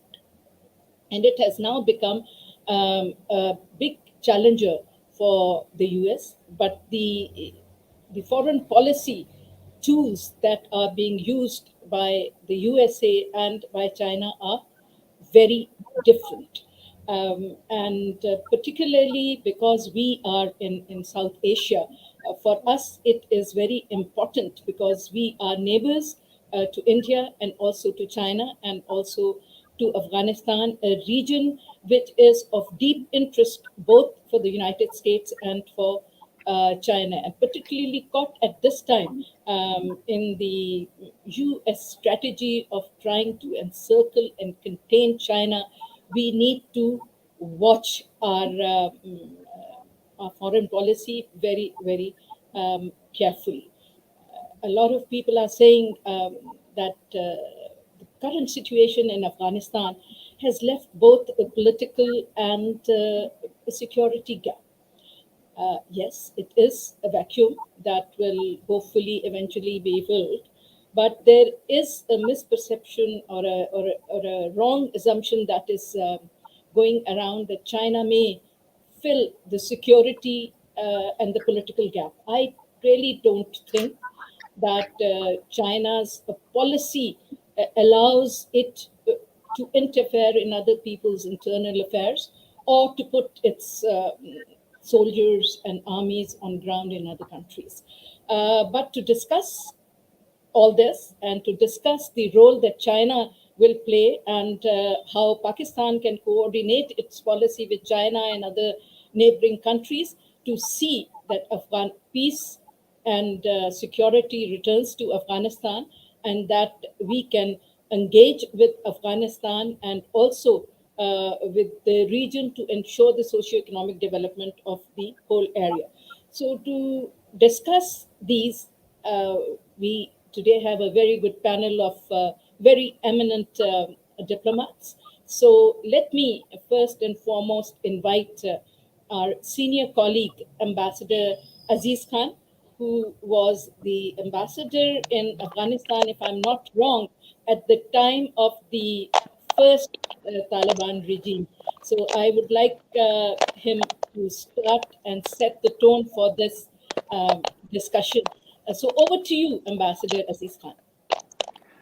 Thank you, Nagmana, and thank you for inviting me for this important discussion. And I look forward to inputs from my other younger and brighter colleagues on this very important subject that we are touching upon today. Pakistan's geographical location has placed it at the crossroads of Central Asia, South Asia, and Western Asia. And one had imagined that this would prove an economic boon for the country, and we would play an important role in what was being termed as geoeconomics. But unfortunately, developments around us for the moment are an impediment to that. And in fact, we are at the moment bracing up to handle the difficult situation, the challenging situation that is in Afghanistan with the recent developments, as we are all familiar, and I'm not going to go into the details. So the establishment of peace in Afghanistan is the foremost priority for all the countries in the region, and as well as the larger international community. Of course, being a neighbor and having a long border with Afghanistan, this affects us the most. And for Pakistan, it is particularly important that that peace is established in Afghanistan. And for that, Pakistan has been endeavoring since a very long time. It is as if the Afghan challenge was not enough. We also have a neighbor on our eastern side, which has been a constant challenge to our foreign policy since the creation of the two countries. I'm talking about India, and I think while we go about developing or while we go about our business, one has to keep an eye on our neighbor, which has not lost any opportunity to take advantage of situation where it could put Pakistan to harm. So these are the two primary challenges, and of course other challenges coming out of it, with the India getting close to Afghanistan,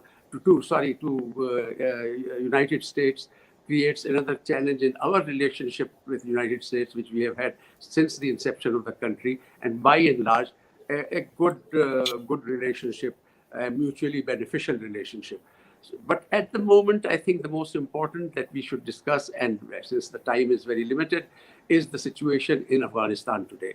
Now, Mana was right in saying that I was ambassador in Afghanistan during the Taliban's first tenure. In fact, I arrived in Kabul 3 months after the Taliban takeover of Kabul, and remained involved with the Afghan affairs, first as ambassador to Kabul, and subsequently in the Ministry of Foreign Affairs, handling Afghanistan till 9/11, after 9/11, and all the removal of the Taliban government. We have to, people are talking about that this is a different Taliban that has taken over today in Afghanistan. Yes, they are different to a certain extent. We will have to wait and see whether the change is really really a real change, or it is only cosmetic. Earlier, Taliban were difficult, but there was reason for that. As if we go to the history of the Taliban, they came on the scene in late 94 at a time when Afghanistan was divided among more than 400 warlords. There was the government of Kabul was not even in control of all of Kabul, although it used to claim itself as a government of Afghanistan, but they didn't even control the whole of Kabul. Taliban were a product of that struggle against the warlords, which started from Spin Boldak, and gradually they gained strength. I will not go into the details because that will become a long history. Even at that time, when they were considered very difficult, they had made certain attempts at reaching out to the world. They were wanted to interact with the world. There were people among them who wanted change, and it was, I personally feel, and I personally felt disappointed at that particular time, that despite the Taliban gestures, the world ignored them. It was only Pakistan which was interacting with them. UAE and Saudi Arabia had recognized them, but it was just not much of an interaction. It was only Pakistan which was interacting with them. This time around, hopefully, there will be a better understanding and better interaction, and we have seen signs of that. Taliban have also acted pragmatically. They have stated that they are going to have an inclusive government. They will take everybody along. They have said that the women's rights will be honored, even if they are making references to Sharia, but that is different interpretations, and one has to see what kind of interpretation of Sharia they give to the women's rights and minority rights, and etc. But for the moment, I feel optimistic. I feel optimistic that Afghanistan has not, apart from the dastardly carnage of 2 days ago perpetrated by Daesh, things have moved rather smoothly. There are no harassments. There is no civil war. There are no influx of, there are no refugees. Yes, there are certain Afghans who have been internally displaced, who wish to get out of the country, and they may have genuine reasons of to fear and fear of reprisals. But by and large, the situation is normal. The business is, as we see the images on the television, the life is more or less normal in Kabul. And Taliban statements, whatever they have been coming, give a sign of hope. We hope that there will not be spoilers who will be there to spoil the situation. We hope that the international community interacts with the Taliban constructively and understands that there is need for Afghanistan to get back on its feet. It has seen too long a period of hostilities and uncertainties. Almost 2 generations have grown up not knowing peace. So we have all to pitch in and Pakistan will have a very important role to play. China will have a very important role to play. EU should play an important role, and so does the United States, which has been responsible for bringing in a lot of misery to Afghanistan. There's a lot more that one wishes to go on, but I'll leave it to later question and answer session. I will stop here for the time. Thank you very much, Ambassador Aziz Khan, for your very comprehensive remarks. I would now request Ambassador Tahmina Janjua to make her opening remarks at the conference.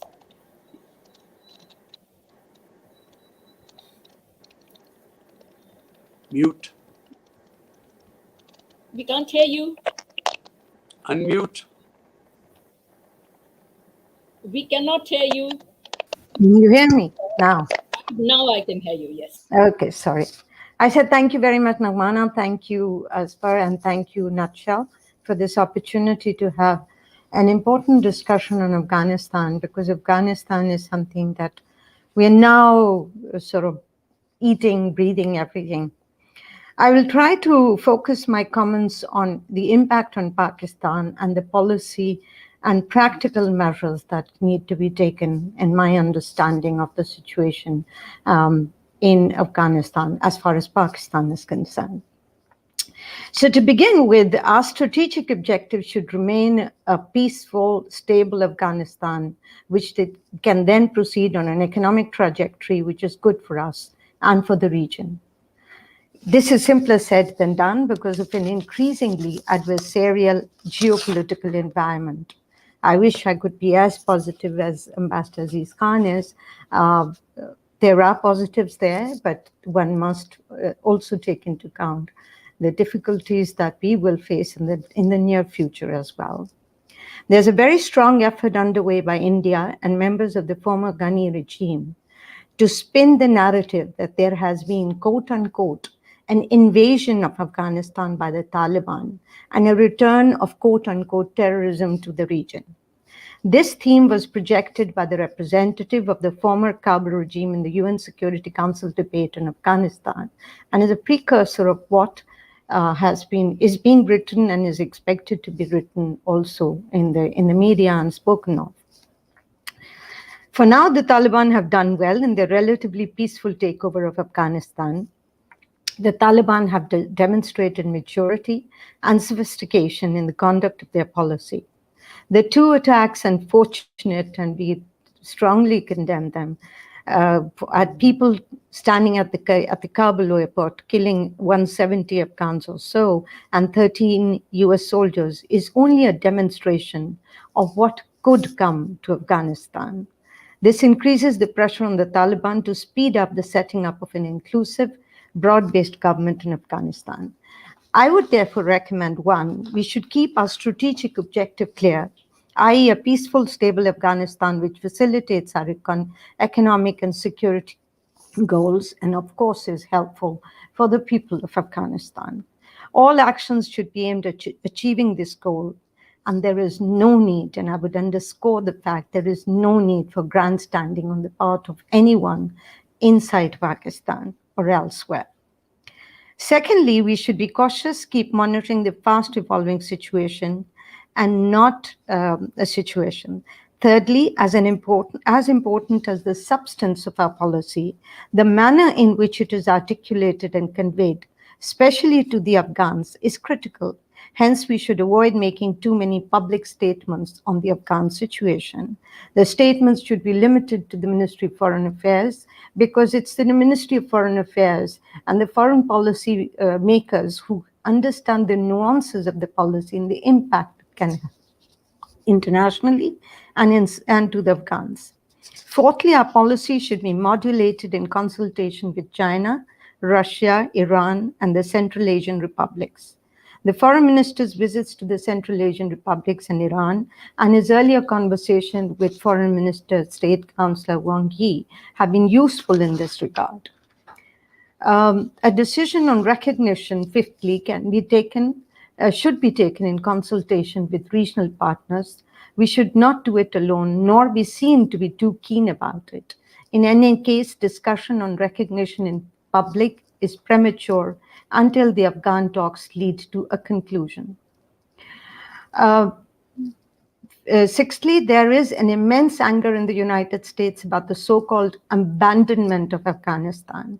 We should avoid any official comments about the failure of the US in Afghanistan, publicly sharing of credit for developments in Afghanistan, or discussing any points of referring to the so-called defeat of the US.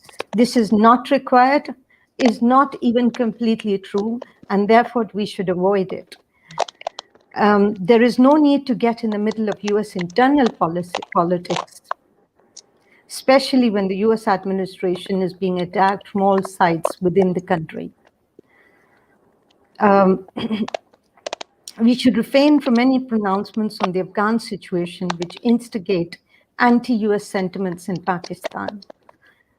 Next, we have been saying that there should be an inclusive government in Afghanistan. If a broad-based government is not formed, acceptable to all major groups in Afghanistan, opposition to the Taliban will quickly emerge, and there can be a reversal of the present situation. Afghanistan's history bears this out, and therefore it's critical that the focus on broad-based remains. The Taliban themselves, in their pronouncements, have spoken about inclusive, and it could be useful. Next, we may convey our concerns about the recent announcement of the TTP to strengthen their relationship with the TTA, but all this has to be done in consultation with the Taliban as well. We should look at the possibility of providing humanitarian assistance to the people of Afghanistan to help avert a humanitarian disaster, which would lead to exodus of Afghans to Pakistan and Iran in particular. This should be done in concert with the UN, OIC, and other regional countries. Pakistan cannot do this alone, and Pakistan needs the help and would seek the support of our friends and partners, especially the multilaterals in this regard. I would also like to stress on the importance of Pakistan's image question, which is crucial. We need to debunk the commonly held views against Pakistan and have a sophisticated strategy to convey Pakistan's point of view, both in the mainstream and social media. There was an article yesterday in the New York Times by Jane Bellis, on which there were some very sweeping statements that were made. We need to counter these statements. It is not the government of Pakistan only, but it is our own media, it is our policy makers, it is our opinion makers, and it is those of our friends who go to the media to go and talk about it and rebut such absolutely absurd assumptions. At this point, the international community requires Pakistan's help in evacuations and addressing the refugee issues. We have not yet faced the full brunt of the media and even official onslaught against Pakistan. We've been having comments, phone calls by different leaders to the Prime Minister, the Foreign Minister, etc. But the time will come when people will start slinging all kinds of words at Pakistan as well. And we need to be prepared for that with our very clear policy on each of the issues that is being raised and that will be raised. We need to be prepared for it with responses laden with facts. I saw a graph of Afghan refugees intake globally yesterday, and Pakistan stood at the top with Iran, much less at number 2, and the richest countries with a few sprinklings here and there. And then the demand on Pakistan and Iran is increasing to take in more refugees. Let us not forget the grueling experience of asking for resources for Afghan refugees last year, which has been drastically reduced. The response has in the recent past, been absolutely pathetic for the more than 1.5 million refugees, registered refugees, and 1.4 million unregistered refugees that are in Pakistan.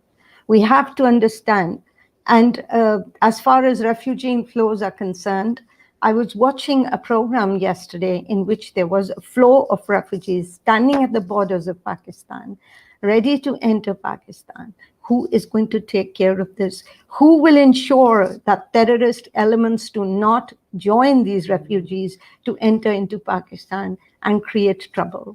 We have had a very difficult past where our soldiers and our police have lost so many men, and have so many families have lost their heads, earning heads, and we have had huge losses in economic losses as well. We do not want to re-enter the phase where we have to face the same kind of terrorism. And this is one where we need the support of the international community, where all of us today and elsewhere need to pronounce on the difficulties Pakistan has been through and may be going through if the demand on Pakistan increases to take in more refugees and to try and address the situation in Afghanistan, which is not within our control. Finally, I'd like to put in a few immediate tasks, a few messaging issues, and a few points on building our capacity, something that Harun Sharif Saab has said as well. As I said earlier, there is no need to grandstand. We have to look at all this, the entire Afghanistan issue with great maturity, and to see how we can work together with the international community, with China, with the regional countries, and with whichever government comes to power in Afghanistan, to ensure that peace returns to Afghanistan, because that is the demand of the Afghan people. So in the immediate task, first, there should be a relentless focus on peace. In the immediate tasks, one, we must keep facilitating a peaceful, stable Afghanistan. If this does not happen, all bets are off. Second, urgently respond to the humanitarian needs. Thirdly, the reality is that our religious ethnic affinities cannot stop the influx of refugees. So let's be prepared for it, even if even if they are not too much in numbers, but we will have to accept some of them.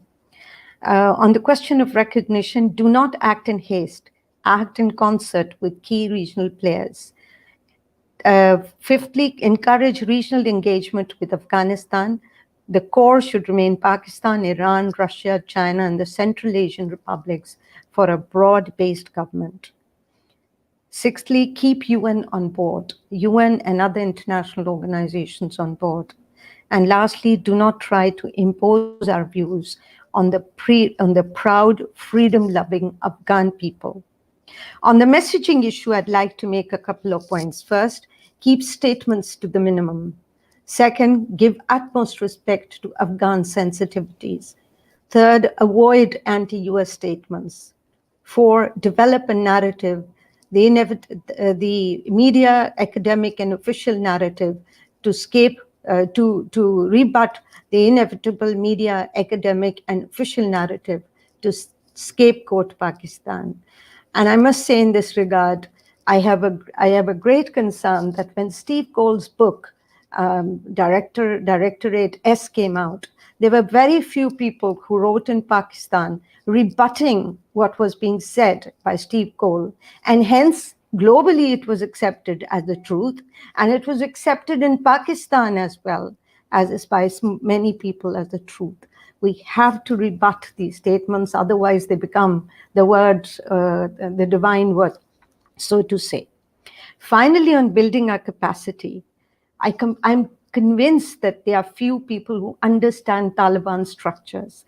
There are few and far who understand the ideological views and modes of government of the Taliban. It is important that we get to know about these issues and how there are differences between the different parts within the Taliban as well, and the different parts of the Afghan political scene. Secondly, I have noticed it in the recent past that there is a very superficial understanding of India, its political elite, what it expects, what it wants of Pakistan, and what we think our expectations are. We need to educate ourselves Amina, more. may I kindly? I'm just thank you. about to finish. Okay. I'm about to finish. That was my last point. And finally, on SCO in Afghanistan, just to update those who said that we should work for SCO membership, Afghanistan's SCO, membership of SCO. Afghanistan has applied for membership of SCO, but when Pakistan and India had become members of the SCO, the large members of the SCO, both China and Russia, had said that the expansion had taken place and they want to wait and see how that goes. I'll stop here. Thank you very much for your detailed expose. And I'm sure that your very substantive recommendations will be considered in the corridors of power and policy makers. So thank you very much once again. But may I kindly request the following speakers to keep their opening statements strictly to 4 minutes so that we can have a longer question and answer and interactive session. Thank you. I would now request Ambassador Abdul Basit, who was our High Commissioner in India, and it's never an easy job to be High Commissioner to India, and it would be very interesting to hear his take on how India may act or react to the Taliban coming into Afghanistan, because they are friends of the West, and we have seen that they have been the troublemakers in Afghanistan, and particularly for Pakistan. And Taliban have now very clearly said that they would not allow their territory to be used for terrorism against any other country. And we have also seen that India was one of the countries that closed its mission and withdrew all its diplomats, which were also very strongly criticized by one of the former Indian foreign ministers himself. So over to you, Ambassador Abdul Basit. But kindly keep your opening remarks to 4 minutes. Thank you very much. Bismillahir Rahmanir Rahim. Assalamu alaikum, everyone. Since I have 4 minutes, so I will make only 2 points, which I think of huge importance. First of all, I think we should be very clear that our objective vis-a-vis Afghanistan continues to be that we want a stable, peaceful, moderate, and a terror-free Afghanistan. An Afghanistan which does not have safe havens and whose territory is not used for terrorism anywhere in the world. But let me assure you that a peaceful, stable Afghanistan, that objective is not shared by every country around the world.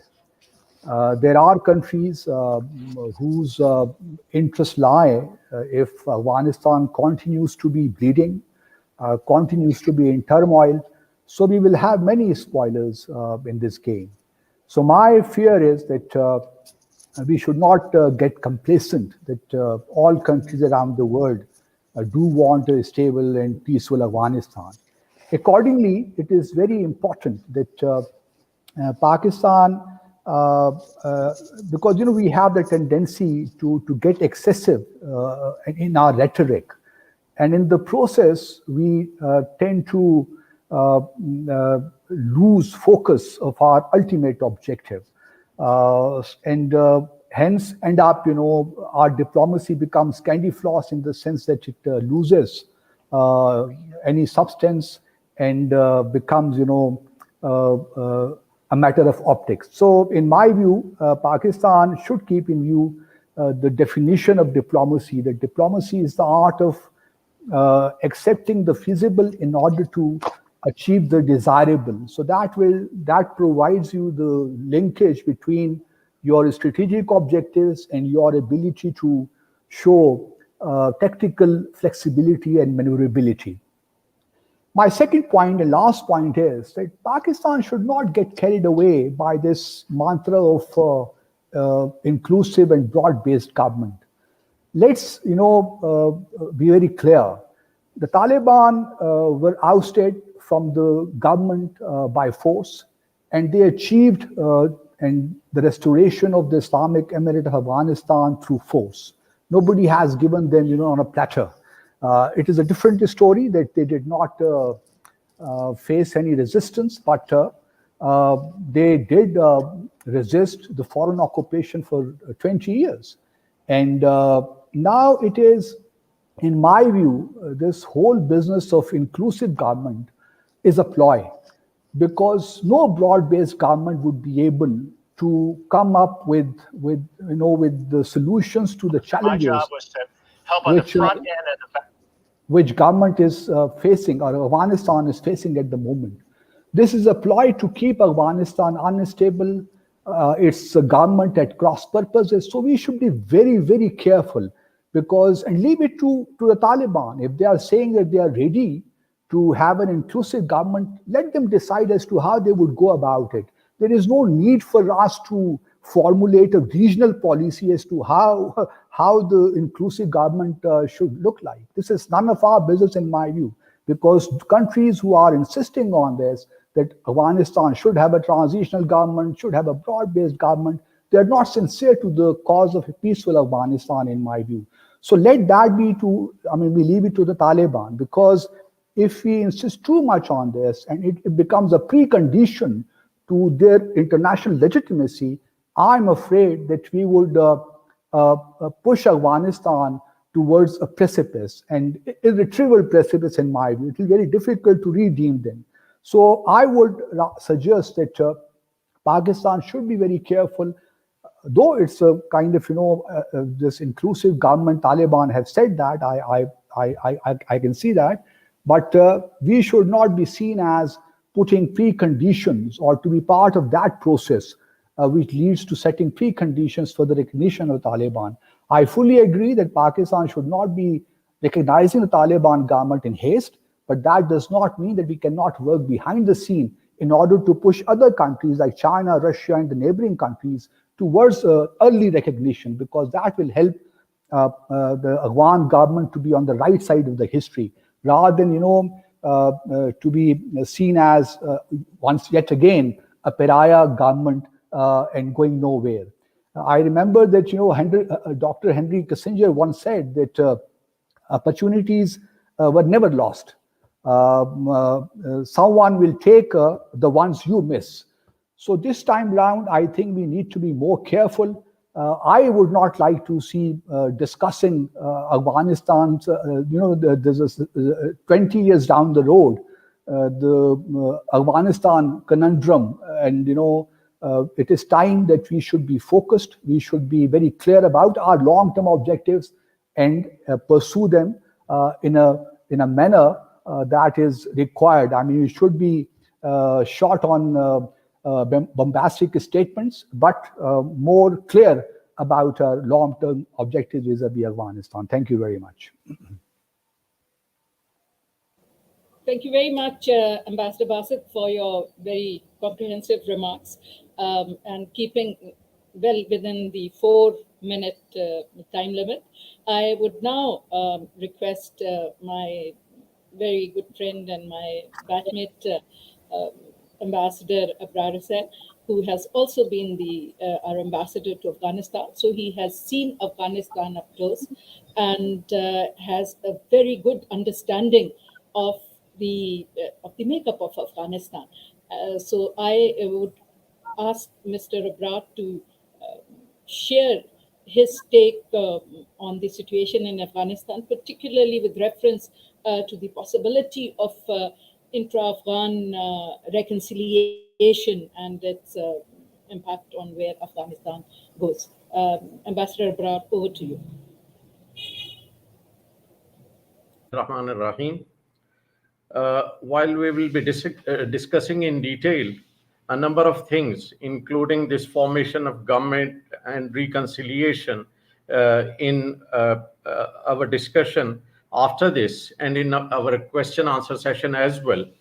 Right now, in these 3 to 4 minutes, I'll try to give you what are Pakistan's interests in Afghanistan, what are our objectives, our goals there, and what should we do to achieve these goals? Well, to say briefly, our number one interest is that Afghan soil should not be used against us. For this, we need two things. Number one, peace and stability in Afghanistan. Number two, a strong and friendly Afghan government that has control over all parts of Afghanistan, especially areas bordering Pakistan. And then we also need a peaceful and stable Afghanistan for so many political and economic reasons, for stability in the region, for access to Central Asia, for regional projects such as TAPI, CASA 1000, CPAC, and so on. But how to achieve these objects, these goals? Well, I'll suggest just 3-4 points. Number one is we should continue our efforts to bring peace and try to facilitate. And as Ambassador Basit said, we should not be putting it as a conditionality, but we should try to facilitate establishment of a broad-based government in Afghanistan. And when one such government is formed, we, along with other neighboring countries, should recognize it. I agree that we shouldn't do it in a haste, and we shouldn't be alone to recognize that government. We have to consult all the regional countries, and I believe that government of Pakistan is already consulting the regional countries. The foreign minister's recent visits to Iran and Central Asian countries are perhaps a part of it. And then we should try to help the new government economically. A lot has been said about it, especially in the previous session. They discussed the economic impact of the current Afghan scenario. But then let's see how we can do it. Perhaps we can encourage the regional countries as well to help Afghanistan economically, and we should continue our economic assistance to Afghanistan. We have already been doing it even when the previous government was there. We have been helping them in reconstruction and development of Afghanistan, and we can continue with such packages. And then, as Ambassador Tahmina also mentioned, if there is a humanitarian crisis, whenever there is a requirement, we should immediately respond, immediately address to that humanitarian crisis. For example, if there is a shortage of food, if there is a shortage of medicine in Afghanistan, we should be the first ones to help them. And then another very important point is that we should try to fill the vacuum there, which has been caused by the departure of Western and Indian advisors. You know, there were a number of Western trainers and Indian advisors in almost all the ministries in the army of Afghanistan, and there were Indian advisors even in the NDS. So now when there are no trainers and no advisors, there is a vacuum and they need much of help. So Pakistan and the other regional countries such as China and Russia can help them in this regard. Well, I'll stop here and we'll discuss the other points such as reconstruction and reconciliation of Afghanistan. And then apart from these possibilities, the of an inclusive government in Afghanistan. Thank you. Thank you very much, Ambassador Abrar. May I now call upon Ambassador Asif Durrani to make his opening statements. And I just happened to glance through a very comprehensive paper that Ambassador Durrani has written about the situation in Afghanistan, its implications, and the policy options for Pakistan. And I'm sure during the question answer session, we can dilate more on that. So over to you, Asif Durrani. Thank you, Nagmana. Thank you very much. And much has been said. And I think the tone was set by Ambassador Aziz Khan, and who is a veteran on Afghanistan. And of course, Ambassador Abrar has further enriched the discussion because being the expert on Afghanistan, I did serve in Afghanistan and have been looking after, focusing on Afghanistan a little bit, yes. In my view, I think the US withdrawal have certain implications. And one is that as far as recognition issue is concerned, the Americans and their allies, they are going to play the hardball. And they will, in fact, base their conditionalities on human rights issues. They are likely to put economic sanctions, which they have already done. And the delisting issue with the United Nations Committee 1988, which is Taliban Committee, is very much there. And Americans have been in violation of the agreement with the Taliban last year, that they had promised that Taliban would be delisted by 31st May 2020, but it did not happen. Nevertheless, Taliban are still traveling, and almost 148 Taliban figures, important people, they figure on that list. On humanitarian, financial and economic sanctions, already United States has imposed almost, you can see that 9 billion of Afghanistan's $9 billion have been frozen. And similarly, IMF has also blocked Afghanistan's access to $460 million. And then more than that, last year, 60 nations had pledged $12 billion for Afghanistan, but those also seem to be now not available for the time being. And mind you that Afghanistan's 3/4 budget is actually foreign aid driven. So you can see how big challenges now the Taliban are going to face. Related to this, since we have also discussed the Indian hand in Afghanistan, they have been very much involved. Ambassador Bassett had also referred to the challenges with regard to inclusivity and that we should be careful. And I think Taliban now have realized that in the past they were reclusive, and that their reclusiveness did not pay them much. And this time, these Taliban are changed. They are quite different than what we found them 20 years ago. And this inclusiveness actually has come from the Taliban themselves. So they want, but it may not be the case that they may not perhaps allow the old guards to join the inclusive government. But it is possible that they may give representation to all the ethnic and religious minorities in the future government. At least this is the contours which are being discussed, and those are being commented upon in the international media. And so we have to look at that. But at the same time, I think Taliban also face challenges from within, which they'll have to look at it. And that is that the Shia minority and almost 10,000 Fatimiyuns who have been trained by Iran. And now there are reports that they are back. So they'll be waiting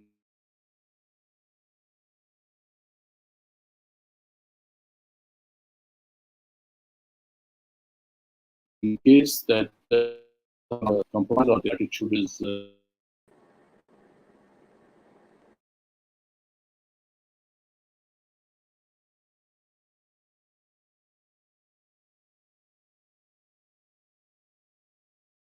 Afghan armies, people, they are there.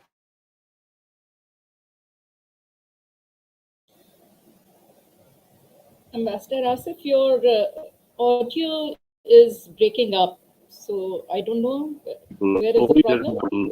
Settlement with the Taliban and yeah, well, this is what I also faced while listening to people. Is it okay now? Is it okay now? Yeah, it is better now. Can you hear me? Well, Yes, well, I it's beyond can my hear control. you. I can't do much on that. Yeah. Okay. Then I think we should also be prepared for some bad things which can happen. And those bad things, some of them we should be prepared. One is that the capacity of the Taliban is not much, and so is our capacity, I'm afraid. The problem is the CPEC money or much.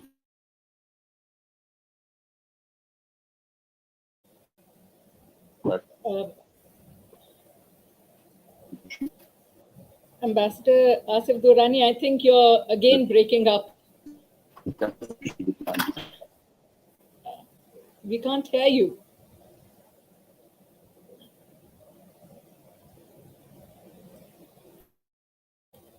I think while Ambassador Durrani fixes his audio problem, I would now like to move to the question answer session. And I'm not an Afghan expert at all like the other panelists. So I do have a lot of questions. So my first question I would like to address to Ambassador Aziz Khan Sahab. Sir, as you know, that it has always been our contention that we do not want to see a security role for India in Afghanistan, and an economic role maybe in terms of economic aid and projects, but certainly not a security role. And now we have seen that there are basically at the moment three kinds of vacuum existing in Afghanistan: a political, economic, and a security vacuum. Now, the economic vacuum, there has been consensus during these two sessions that the international financial institutions and the developed countries and the regional countries, particularly led by China, should step in and fill the economic and developmental gap. Hopefully, the Taliban would be able to announce a government soon and fill the political gap. But what is your take on the security gap in Afghanistan and India's? How do you see India's role and other countries' role in this? China, we know, would not be interested in a security kind of a role because that's not their policy. So over to you, Ambassador Aziz Khan. I think at the moment we need to concentrate our attention on formation of an inclusive, stable government in Afghanistan. At the moment, everything is in a flux. Once a government is formed and that government is recognized by all the country or majority of countries, only then can we think about other aspects. As far as the role is concerned, I think at the moment, the way India has carried itself as far as relations with the Taliban are concerned, since the time Taliban came on the scene, I don't think they will have much of a role to play in any aspect for the time being. It will take a little while. Taliban are a very cautious breed of people. They move very carefully. They will look at things very deeply before they move in any particular direction, asking any country to provide any role. And particularly as far as security is concerned, I think they would jealously guard their own turf and they will see to it. And I'm sure they're quite confident that they can look after that aspect. And they will. You saw how, and particularly after the easy victory that they have had, I don't think that we overly worried about the security role of any country. Yes, there is. They might require certain inputs and help to rid their territory of all the other characters who have taken refuge there, like the TTP, like Daesh, ISIS, and so on. And we have to. That is where they would need the help, and that is where we should provide them the help, which would be very difficult to provide, considering that most of these characters are holed up in the Kunar area and Nangarhar area, which are very difficult, very inaccessible places, and a lot of people can hide there. And their numbers is not that large. So we have to provide them help, particularly as far as intelligence is concerned, so that this menace is completely eliminated. So the rest, yes, economic help, we have to provide them generously as much as possible, the entire international community. And I see China playing a very important role in that. Again, going back to the earlier period, China was, apart from Pakistan, China was the only country which was quietly providing help to the Taliban, and their main contribution was providing connectivity, because in those days, telephonic connectivity, because in those days, there were no telephones, landlines or cell phones were unknown in any case, but there were no telephones in Afghanistan, and the only place where there were telephone connectivity was in Kandahar and Kabul and Mazar-e-Sharif at the Pakistani missions. We had got the microwave lines and we had given some. So Chinese quietly started working in that and saying that if the landlines would be very difficult to put down, they started work on the cell phone network.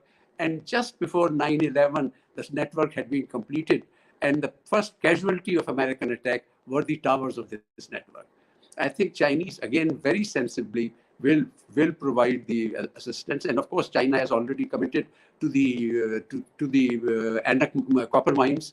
They had announced $3.2 billion of investment for Anak copper mines. They would be interested in the rare earth materials, etc. also. And they will come in a big way, and which would be useful for the Taliban also to coordinate with them and perhaps also become part of CPAC. This is the first thing that we would require. And of course,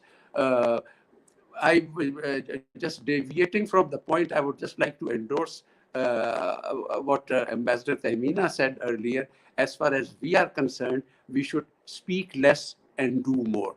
We have this tendency of being in loudspeaker diplomacy rather than the true essence of diplomacy. And too many ministers in Pakistan make too many statements about the situation in Pakistan.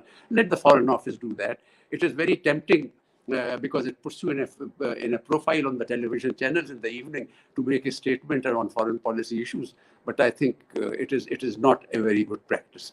We should refrain and we should clam up. In fact, even at the foreign ministry level, we should be very careful about making any statements and not shoot our mouths at a drop of a hat. I can go on, but I think I'll let it be here for the moment. Thank you very Can much, I make a quick... Ambassador Aziz Khan, for your very, very constructive contribution. I think Ambassador Tahmina would like to make a comment. So over to you, Tahmina. And then I have a question for Ambassador Abrar. A quick comment on the India-Afghanistan thing.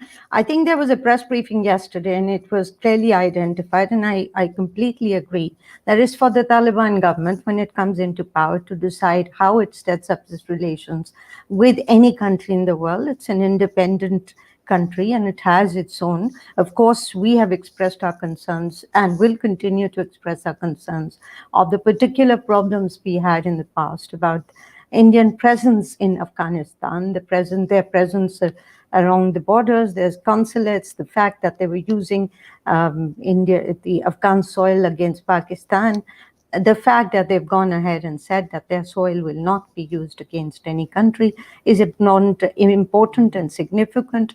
The other point I'd like to highlight here is that I'm sure that whoever is in government in Afghanistan, the Taliban in particular, if they do, and they appear to be making the government, they must see how the Indians have behaved as president of the UN Security Council this month as it's about to finish, and how they have stopped countries that have an interest, regional countries that have an interest in speaking about the issue, like Uzbekistan, Tajikistan, and Pakistan asked for to speak at the council, but were not allowed to do so. So I think they will be watching very closely, and they also have to understand, they also know what was happening in the past from within Afghanistan.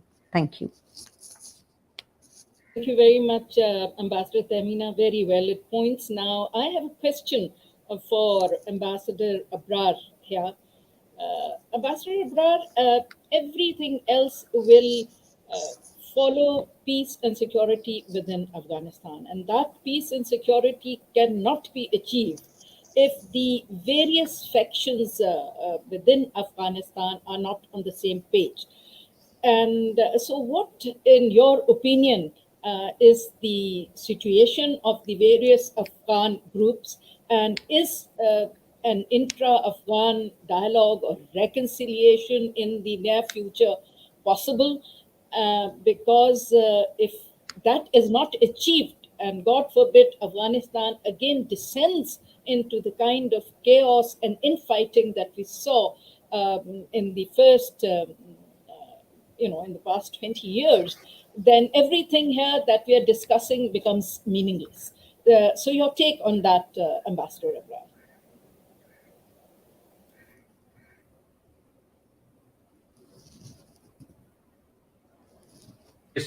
Government in Afghanistan, Taliban are also trying for that. During their previous regime in late 1990s, they were very reluctant to have this kind of broad-based government. In fact, Pakistan was trying even at that time to persuade them to have a patch up with Northern Alliance and make a broad-based government. But there was reluctance on their part. And we had this shuttle diplomacy. Ambassador Aziz Khan, who was my boss there in Kabul at the time, he knows his better than me. But now this time we feel that there is a difference. Now they are ready to have an inclusive government, but on what conditions, and whether the other side would agree to their conditions, this is yet to be seen. Right now, what we are seeing in Afghanistan is that only Panjshir Valley is out of their control. Apart from Panjshir Valley, almost all Afghanistan is under their control. So now they are talking to Ahmad Shah Massoud's son there, and they are also talking to other ethnic groups within Afghanistan and other political stakeholders in Afghanistan. For example, we have seen that they've been talking to this three-member council, President Karzai and Hikmat Yar and Abdullah, and so many others as well. So apparently this time we have more chances of having a broad-based government in Afghanistan. So let's hope for the better. Thank you very much, Mr. Abrar. I would now like to go to Mr. Asif Durrani again, because I couldn't actually hear his entire presentation because of the audio problems. But my question, Ambassador Asif, is you have written this paper in which you have detailed the implications for Pakistan. Would you like to dilate on how we address those implications, and how do we move forward with the Taliban government in Afghanistan to ensure that our interests are safeguarded?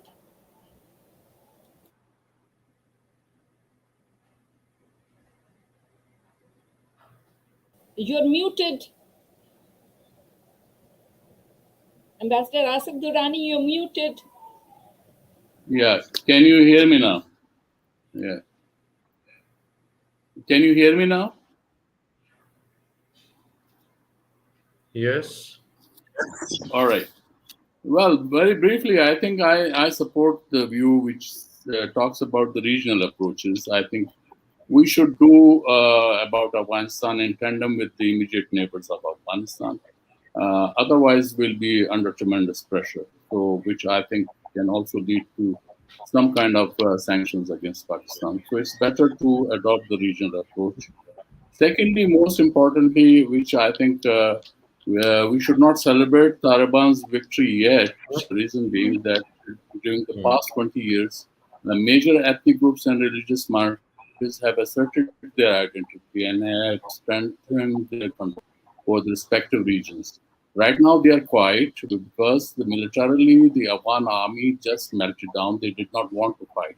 But the ethnicity in Afghanistan remains very strong, and they have asserted themselves, which you have seen during Ashraf Ghani or Karzai's time, when they wanted to remove some governors or some other officials or ministers. So they refused to step down, and they could not do anything. Even Americans were sitting there. So I think right now, I think we should not, it would be premature to give any judgment as far as Afghanistan situation is concerned. Taliban, yes, they are a unified force. They fought valiantly, and their victory is spectacular. There's no doubt about it. But as far as the situation is concerned, it remains, precarious, and we should not celebrate it yet. Yes. Very much. My next question is to Ambassador Abdul Basit. And Ambassador Basit, you only took precisely 4 minutes for your remarks.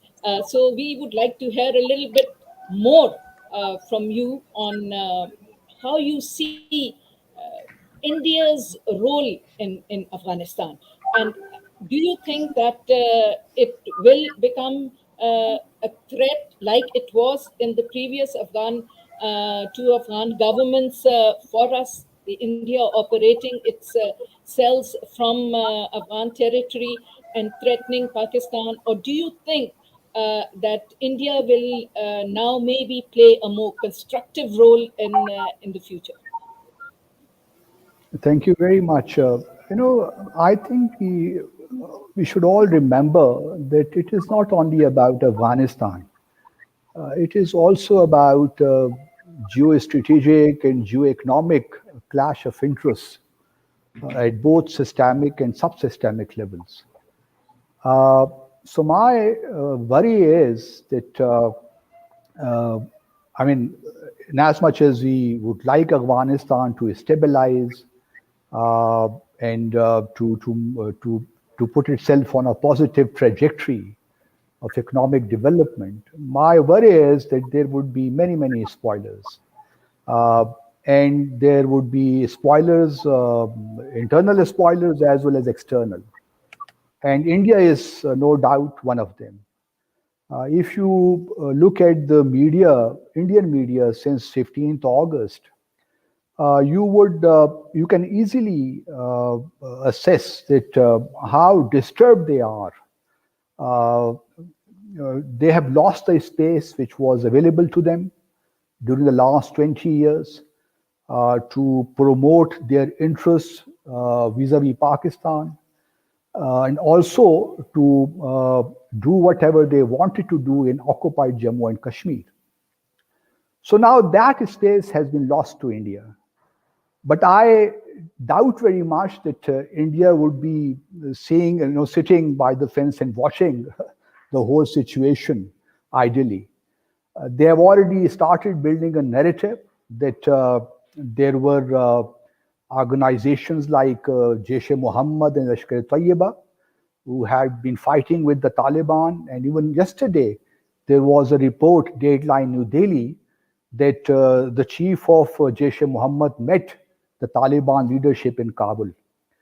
So this is a kind of narrative which also, in my view, fits very well with the long-term objectives of the US.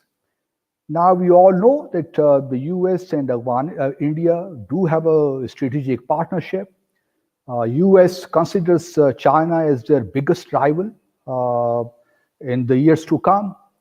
So I do not know how they would really leave or accept Afghanistan to be peace within itself. My apprehension is, and that's why I'm very emphatic when I said in my introductory remarks, that Pakistan should be very, very careful. we should not get carried away in the sense that, we all want a regional approach, we all want a consensus-based approach, we all want Afghanistan, to have a broad-based government. But is it realistic? My own feeling is that the Taliban, no matter how much they say that they are ready for an inclusive government, they are still they would be reluctant to include the likes of Abdullah and Karzai. They would definitely like to have a broad-based government inclusive of all the ethnic groups. But the question is, on what grounds? My own feeling is that the Taliban do need 2 to 3 years in order to consolidate their control position in Afghanistan. Thereafter, what I can see is that we should expect an Iran-like political system in Afghanistan. And we should, the world and the regional countries at least should acquiesce in whatever the Taliban come up with. Because there would always be forces within Afghanistan who would never agree to whatever the Taliban come up with. So that should not really bother us. Taliban are capable of controlling Afghanistan as far as security is concerned. But in the months ahead, you will see more air strikes, as was happened this today or last night by the US. So you will see all these things by the US and other countries to ensure that the Taliban do not settle down. And this is what how I look at Afghanistan.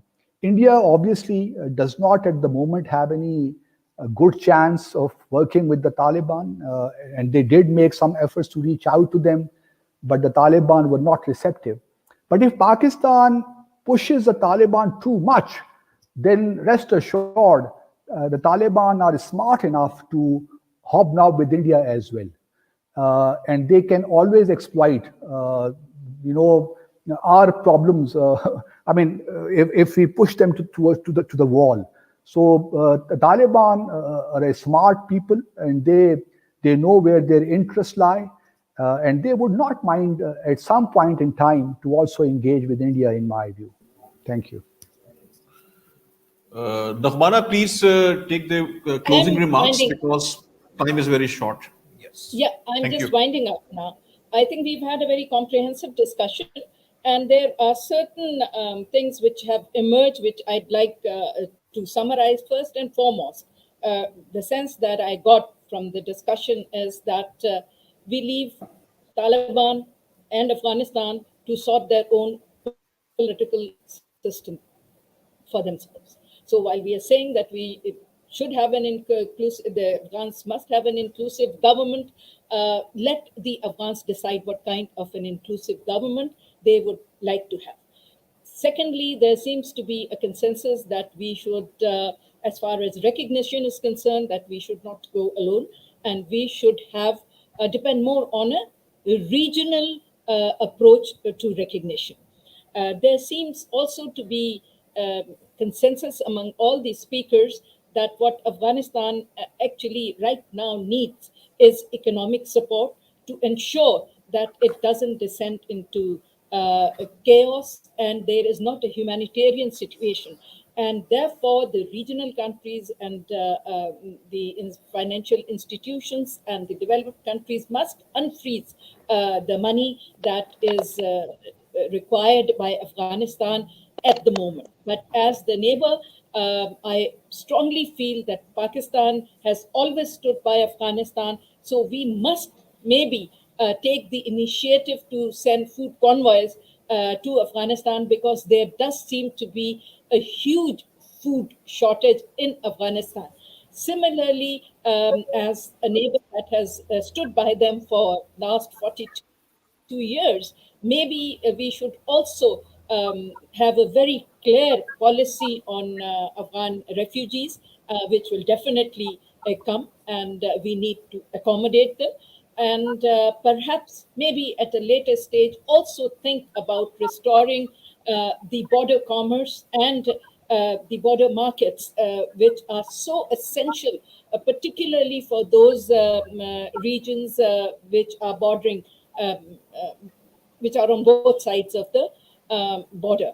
There also is consensus in the group that we need to have capacity building for Afghanistan. In the last 2 years, in the last two decades, Pakistan has lost a lot of public space, particularly to India in Afghanistan. And I think it is very important that we recapture that public space. So I would fully endorse what Ambassador Tahmina Janjua said in her intervention, that we need to offer them courses, not only in our military schools and colleges, but also we need to help them with capacity building in the formation of the government, in banking, and in all other areas where they might need help. Because right now,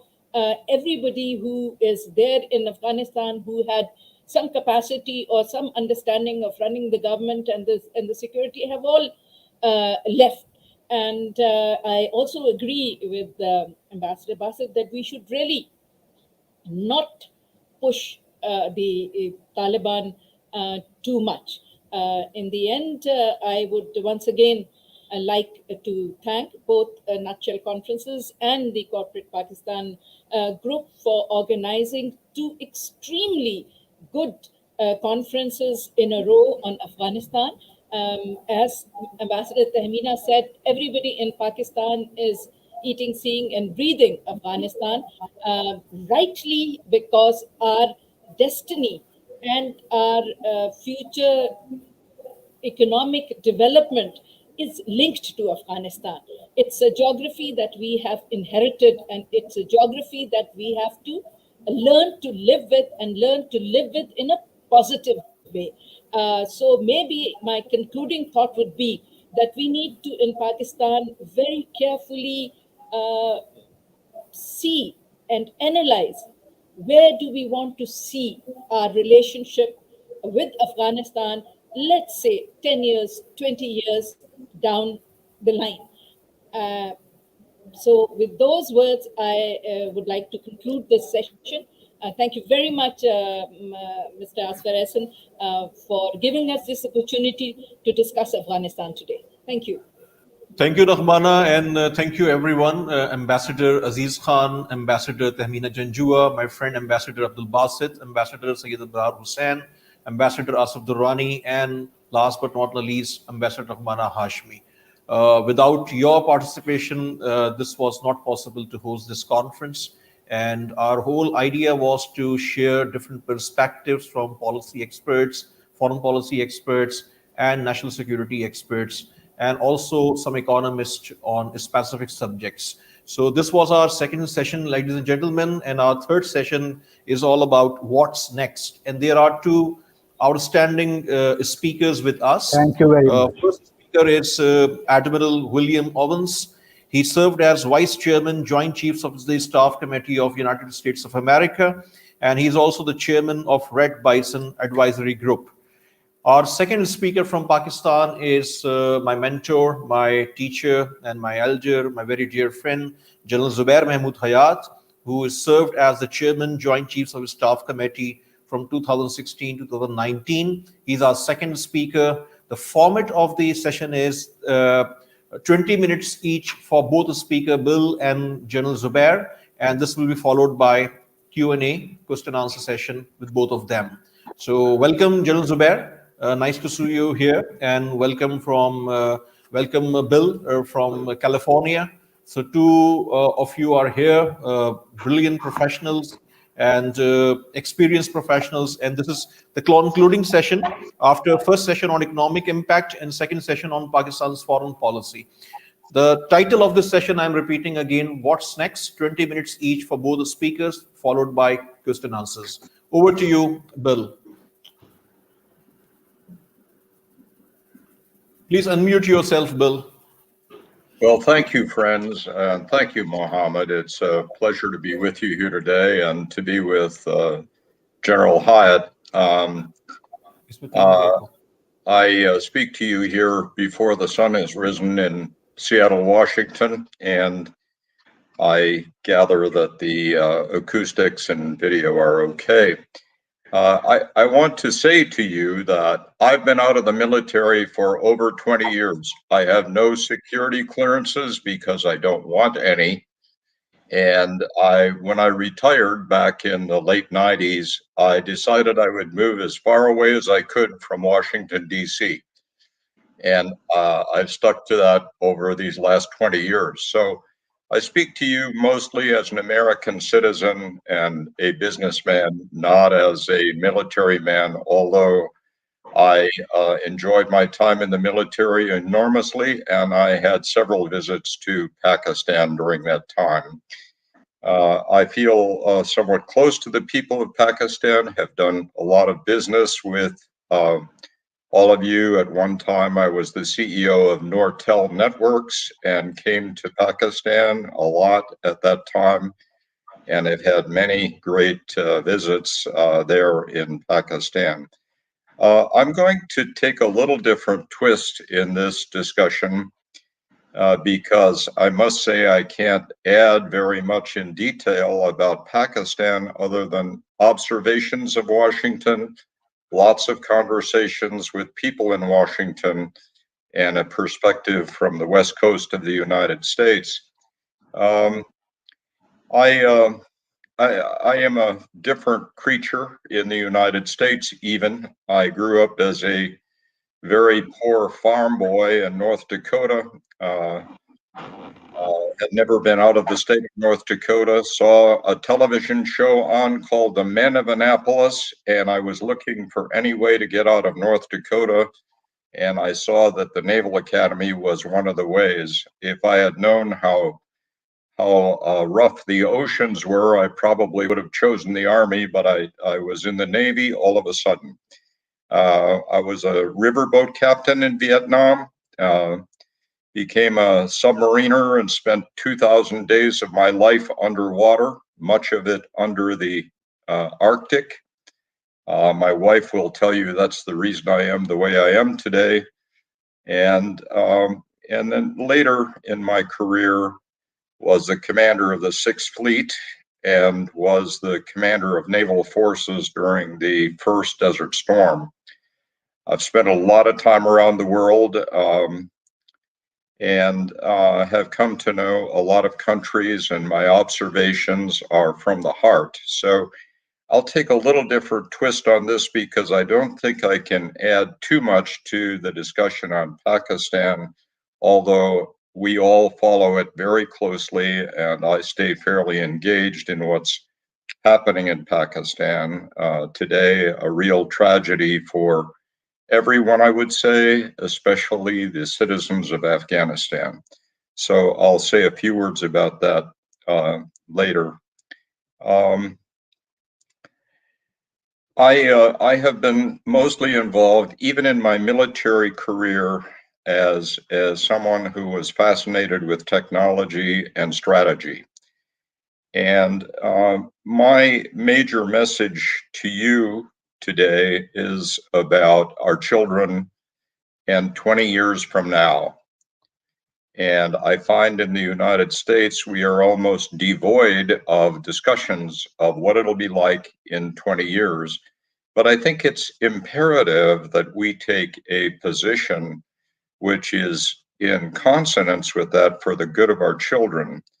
And they deserve that we provide them a vision of where we as a nation, whether it's the United States or Pakistan or China or India, are going in the future. We have an opportunity to look in the future. Some countries do that quite well. The Chinese look into the future very, very, very much and rely on that as a part of the efficiency of the way they interact with other countries in the world.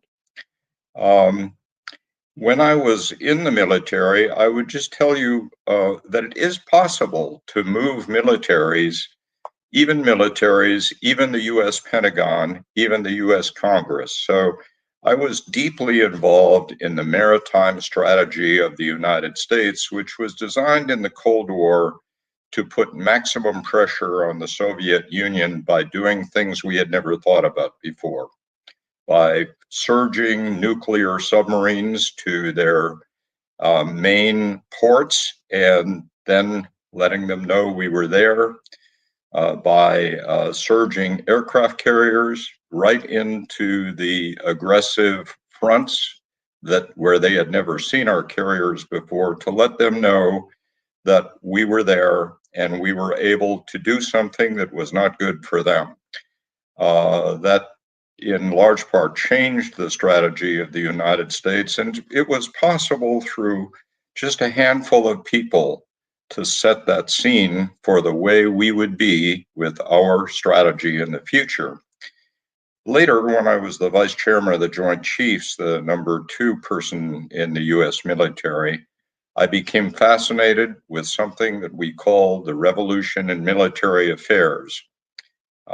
It was a thesis that broke what I think was the long-standing equation of the use of military force. I think we should all take this to heart. It's especially relevant today. It was a thought that in the future, with technologies, with systems of systems, with all of the new technologies that are being developed very rapidly, we, as the Western alliances, and especially the United States, could put together a system of systems which could see a very large area of land, perhaps the size of Afghanistan, and that we could see everything quite specifically within a few feet.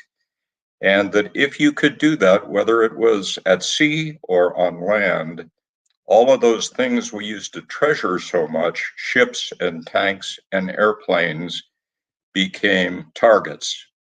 And if you could do that with the revolution in military affairs, you could change the way your effectiveness was in any kind of adversity with the United States. We put a lot of money into that. During my time, we cut the number of ships and tanks and airplanes almost by half, and we reduced the defense budget by 50%. It is possible to have a grand strategy and execute it, which is my point. It's also possible to have a grand strategy at a more national level. And the Chinese are very good at this, for example. I think it's very important for our children that we look 20 years in the future, and I don't know how many people are doing that with Afghanistan or with other countries of the world, or with the relationship with the United States and Pakistan, which should be stronger, or with other relationships in the world. I felt so strongly about this about a year ago. I'm not advertising this book, but wrote this book, China US 2039, The Endgame. It was an attempt to look at the way it would be in 20 years, when China was clearly number 1 economically in the world, when the technologies of the US and China were about the same, when there was no clear dominance. And I made a number of policy recommendations that the US should pursue over the next 20 years for the good of our children. And the preface to this is written for our children, because many of us will not be around. Younger men like General Hyatt will still be around, but I won't be, I think. And so, I think it's for the good of our next generations that we put in place strategies like this. I would have to ask for all of us, what's the strategy for Pakistan for 20 years from now? What do we want to have happen, and how will we make it happen in the face of these changing situations in Afghanistan and the tragedies that we've experienced over the last just few days and few months?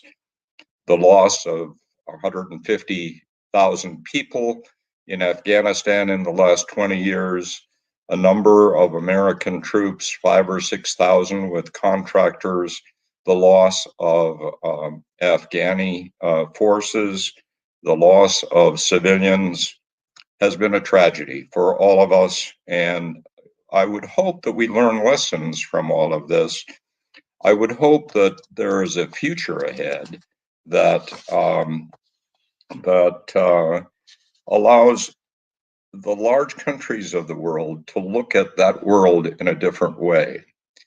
The countries of China, India, Pakistan, and if we look beyond Afghanistan, if we look to the world at large, the large countries that will forge where our children will be, the large Islamic countries, Indonesia, clearly Pakistan, India with its large number of Muslim people, and the United States, China, Brazil.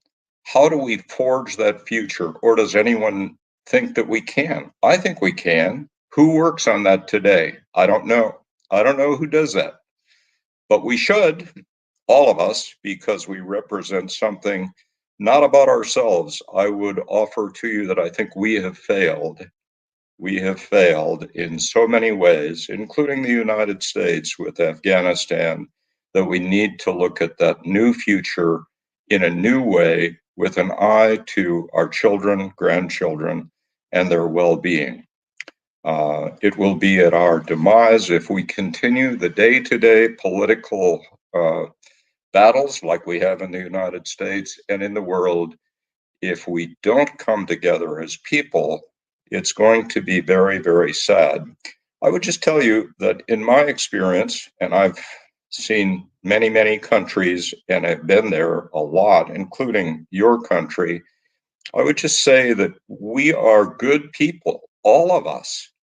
The Muslims, the Jews, the Christians, the Pakistanis, the Indians, the United States, China, we are good people.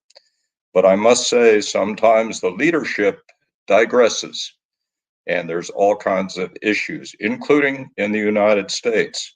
Do we care about our children? Do we really care? And if so, why don't we take opportunities to do something different? Maybe what's happened in Pakistan is a great opportunity, because now it's going to be very much up in the air unless we find a way to accommodate the new Pakistan, the new world, which is apparently going to be run by the Taliban.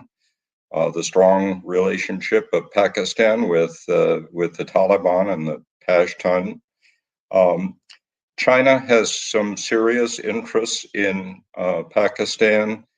India, as the previous speaker mentioned, has interests, but is not benefited by what's happened in Pakistan. The United States clearly has a role, Europe, etc. Why don't we look at 20 years from now and what we can do? I think that economic support for Pakistan is enormously important for the people of Pakistan, for the peace of the area. Let's take it as a place that we can make an example of what we, the leadership, in many cases, which has failed our children, can do to set up a new structure. There are very few places in the world more important than in Afghanistan for establishing the right kind of relationship, one which does not support terrorist groups, one that is sponsored in some ways with funding from other countries, one that stands for the rights of women and other disadvantaged groups, and one that can set a new pathway for the next 20 years for the region, not just Afghanistan, but for the region, for China, Pakistan, India, the United States, etc. So is that impossible? I don't think so. I think it takes a few people to step up to this, to do something. And the doing is very important, is very difficult when you're trying to run for a particular political position or you have some other agenda, which in many instances has very little to do with those children that we're trying to set up for in the future and has very little relevance to vision or strategy. So I'm not lecturing, I'm lecturing to myself and the United States as well as I say such things. I want to just say that my life has been led mostly around technology. And what's happening now in the world of technology is changing everything. I see it in the businesses I'm associated with. The health solutions that are coming, I'm on the board of a couple of companies that will change our lives in terms of old age, dementia. I want them to hurry for my benefit. And the areas of quantum sciences, artificial intelligence, robotics are dramatically going to make a difference. I think, now I'm going to step back to my military experience, that the new mutual assured deterrence is not nuclear weapons.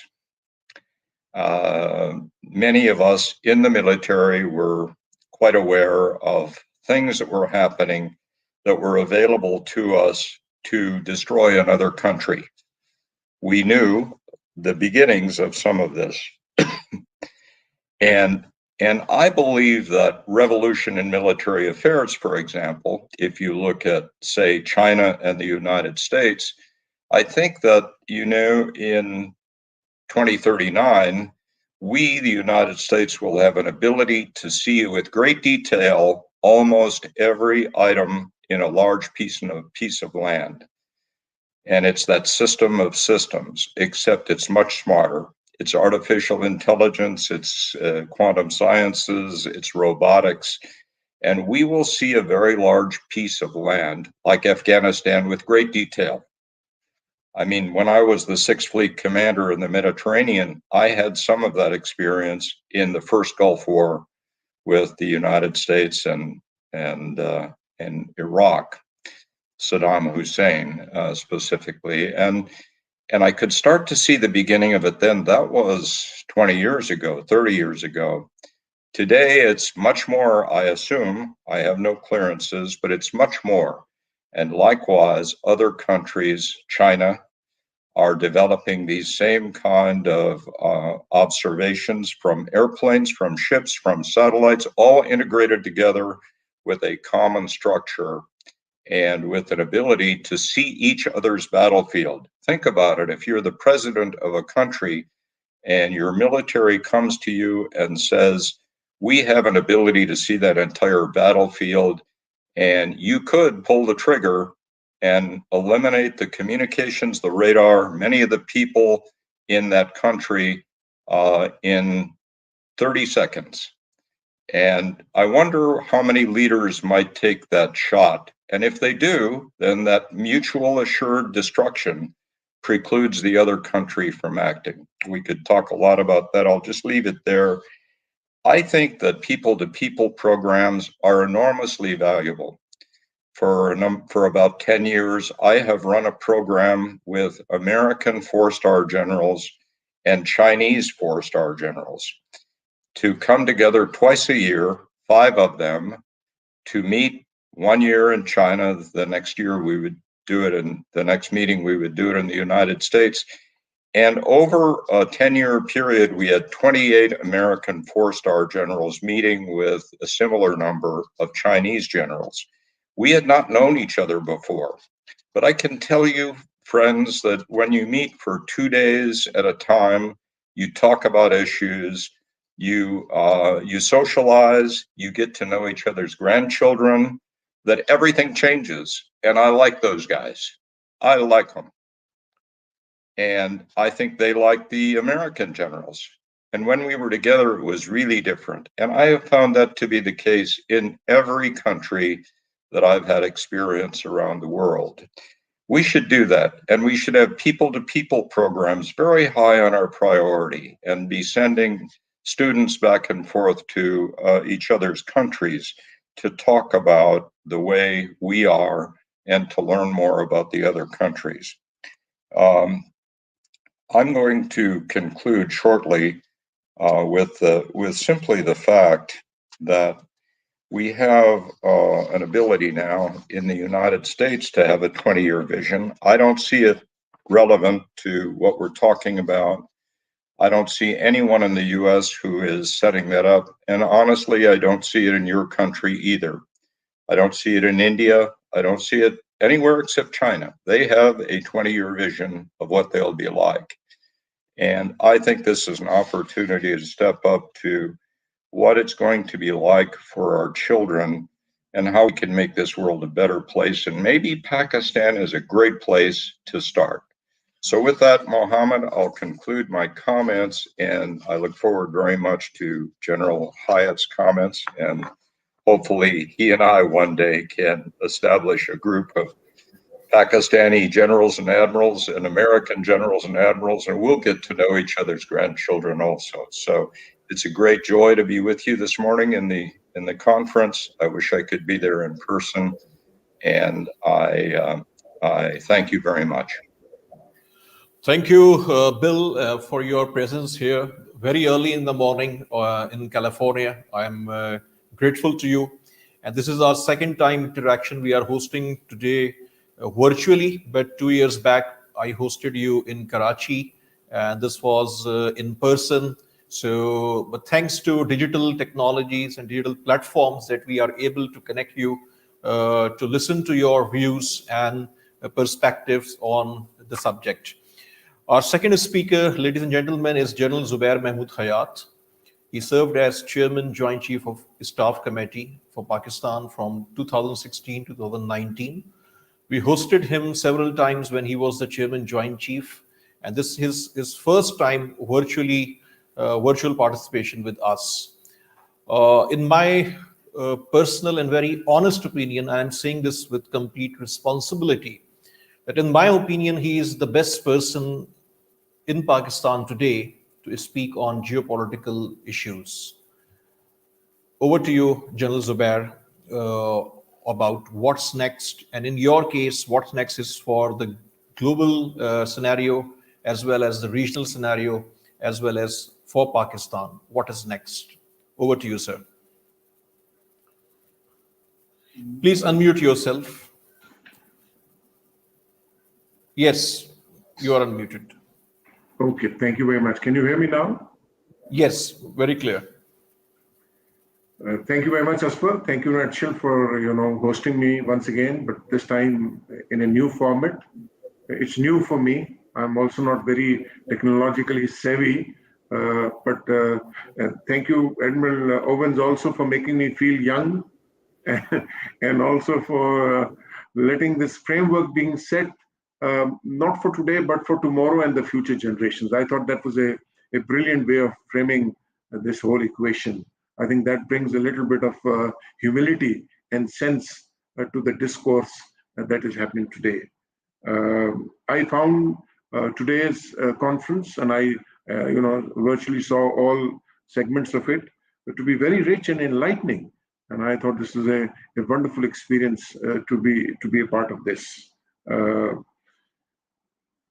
Let me start by saying that I'm a little perplexed by all the hype that I'm seeing on the television, as if the world has come to an end and there will be no tomorrow.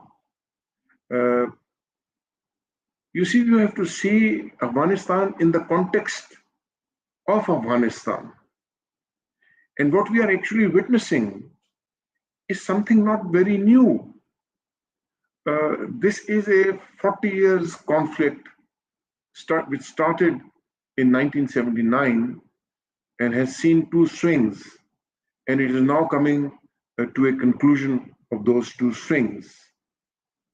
You see, when you apply military force, it is applied for a purpose of a very specific political-military objective. But if you start to shift those objectives, and you start to get into a game where you do not know what you are working for, then you get into endless wars. So, at least in my capacity, for more than 10 years, I've been hearing various political leaders, military leaders, talking about ending this war. And now that we are coming to the end of this war, suddenly we want not to focus on the end of war or the future tomorrow, but we want to focus on what's happening in Kabul airport and one or two blasts which have taken place, which are very tragic in their own sense. But if you look at the context of it, I think this is very important to look at the bigger picture and take a step back. You see, in the last 40 years, there has been a huge cost of war. And I'm not talking about the 2.2 or 2.6 trillion that some of our academics would like to quote. Well, that is a part of the cost of war. But the cost of war in terms of social destruction, psychological destruction, you see, 2 generations have been lost. And that's a huge cost to pay. You know, Europe, when it fought the 30 Years' War, you know, it altered the way Europeans thought. And here we are, you know, ending a 40 years conflict, and we still want to glue on a television screen and make our strategic judgments. That, I think, is erroneous. You see, Afghanistan, because of this 40 years of war, has seen a lot of collateral damage. I mean, how many of us know how many wedding parties were hit? How many funerals were hit? How many birthday parties were hit? And we have some square figures, but I think those are very rough, of the number of people who got killed or got injured or who were actually, displaced. I know the figures for Afghanistan may not be as well known, but I know the figures for Pakistan. You see, Pakistan lost more than 80,000 Pakistanis in the last 20 years alone. 80,000 dead. Just imagine the cost. And of this, there are more than 8,000 soldiers. 30,000 soldiers who lost their limbs or were badly injured. So, you see, what is happening is that we are just opening a new chapter. The book of Afghanistan is the same. It's the same book that the British were reading. It's the same book that the Russians were reading. It's the same book that the Americans were reading. It's the same book that others are reading since 15th of August. Because what hasn't changed is history. What hasn't changed is geography. What hasn't changed is culture. And may I dare say, what hasn't changed is the interest of the people that exists. So how you frame the interest, I think, is very fundamental at this moment. If you frame the interest in the context of a great power competition, rather than a notion for the future generations and the future of your children, because it's not the future of generations of children living in Beijing or Washington or London or Paris or Islamabad that matters. It's 194 countries in this world whose children matter. Nigeria is already a country with huge population. Pakistan by about 2050 will be a country of 350 million people. Now, so what do we want? I think that's very clear, at least to rational thought. We want security, we want stability, and we want relative peace. We want human rights, whether they are for women or men or children or minorities. And we want an integrated and a connected world. Now, if that is what we want, then our choices will be very different. But if we want to focus on a great power competition where one would feel that his civilization or his way of life needs to be imposed on another civilization or another civilization's way of life,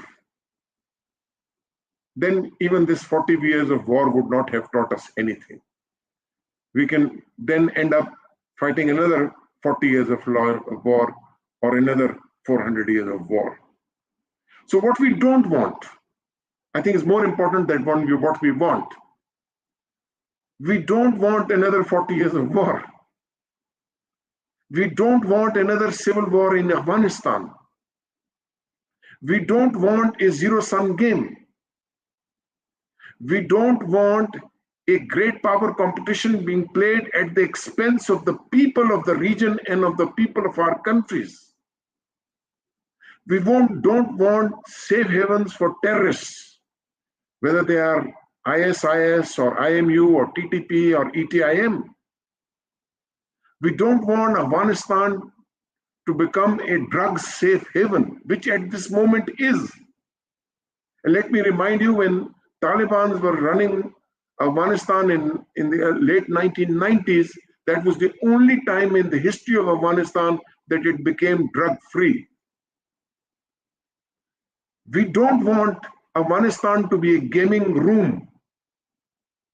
I know of the number of weapons and munition that has been tested new in Afghanistan. I know for sure, and I don't want to waste time on that, because it's sort of a gaming room. People can, play games.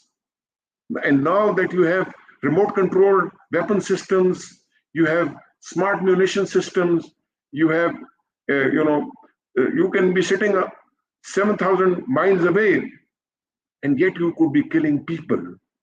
And you could be thinking you are in a gaming room. You don't want a gaming room in Afghanistan any longer. You don't want an imposed system. You want a local system, which is owned by the people, because they are the people who live in that area. The mountains of that country belongs to them. The rivers of that country, it belongs to them. The resources of that country, it belongs to them. The minerals of those countries, it belongs to them. We don't want Afghanistan to be used, and now I specifically zoom into Pakistan also, to be used as a reverse front for stabbing Pakistan in the back. That's something that we most definitely don't want. And therefore, we don't want any spoilers in this.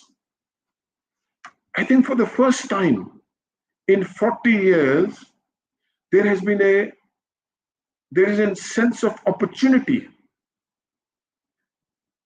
And really, there could be an end to conflict. And this opportunity has been created not by this administration. I know President Obama wanted to, pull out. Mr. Trump actually made this decision. It's only now that it has been executed.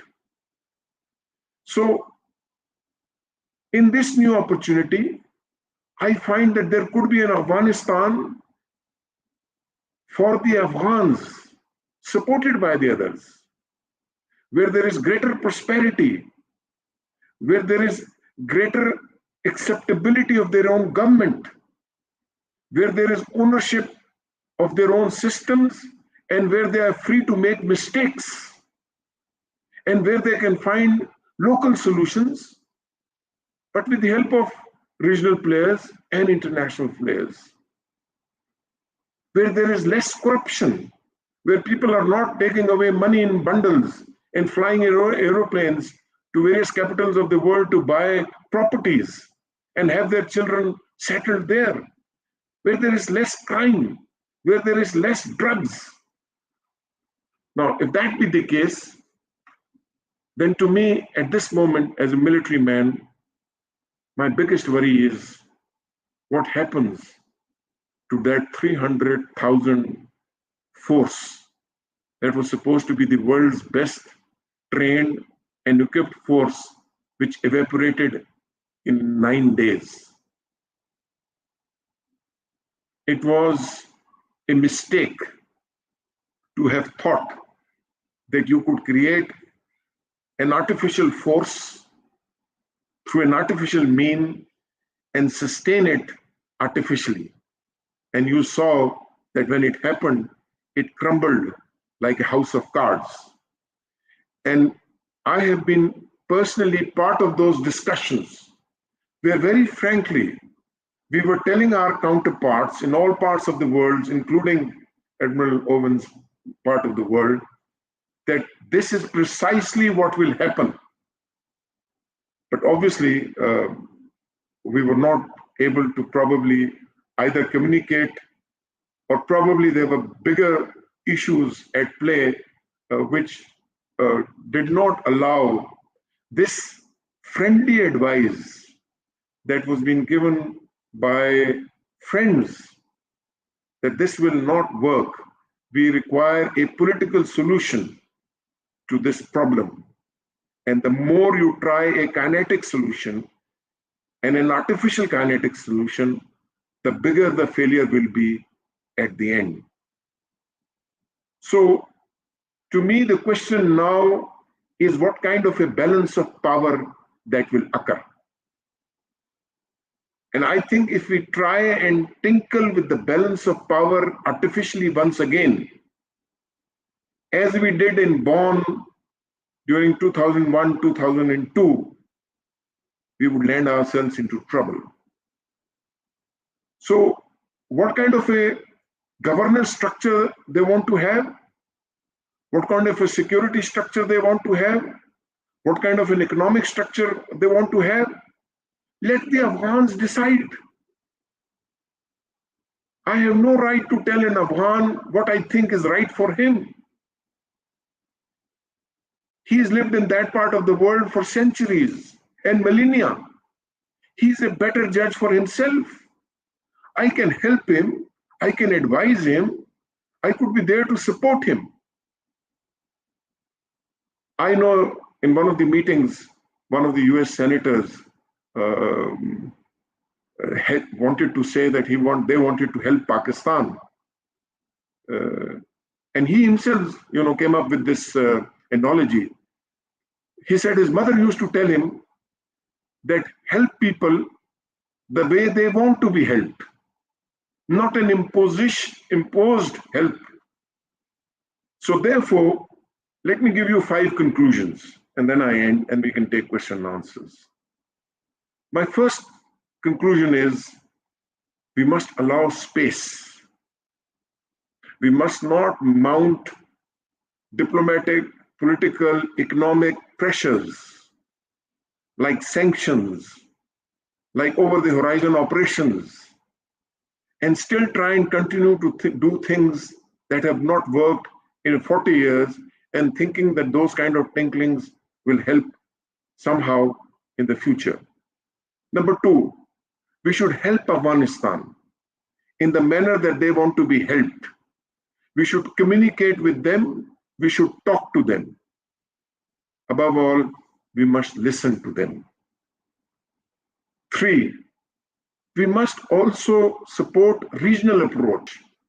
You see, beyond Afghanistan, there are countries that have stakes. There are more Pashtuns who live in Pakistan than there are Pashtuns who live in Afghanistan. And similarly all around. So therefore, the regional approaches must be in sync with the international approaches, but basically in support of Afghanistan.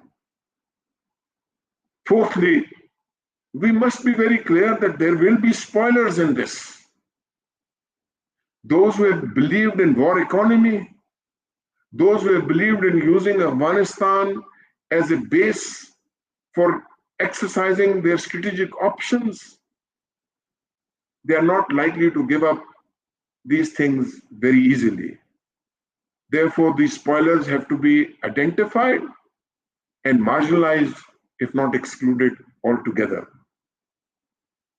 And last but not the least, my advice would be we should not demonize people and we should not demonize nations. You cannot build a future by demonizing others. I thank you for a patient hearing.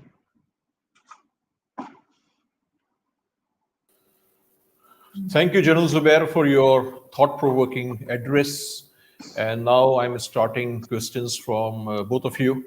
My first question is that what would you advise your governments to do differently with regards to Afghanistan first and with regards to each other? And my second question is, what military options does the United States and Pakistan have post-evacuation? And what would you advise your respective countries and to each other? This is my question for both of you, and you are requested to answer both questions. General Zubair Edmund, and Lawrence. I'll let Edmund go first on this.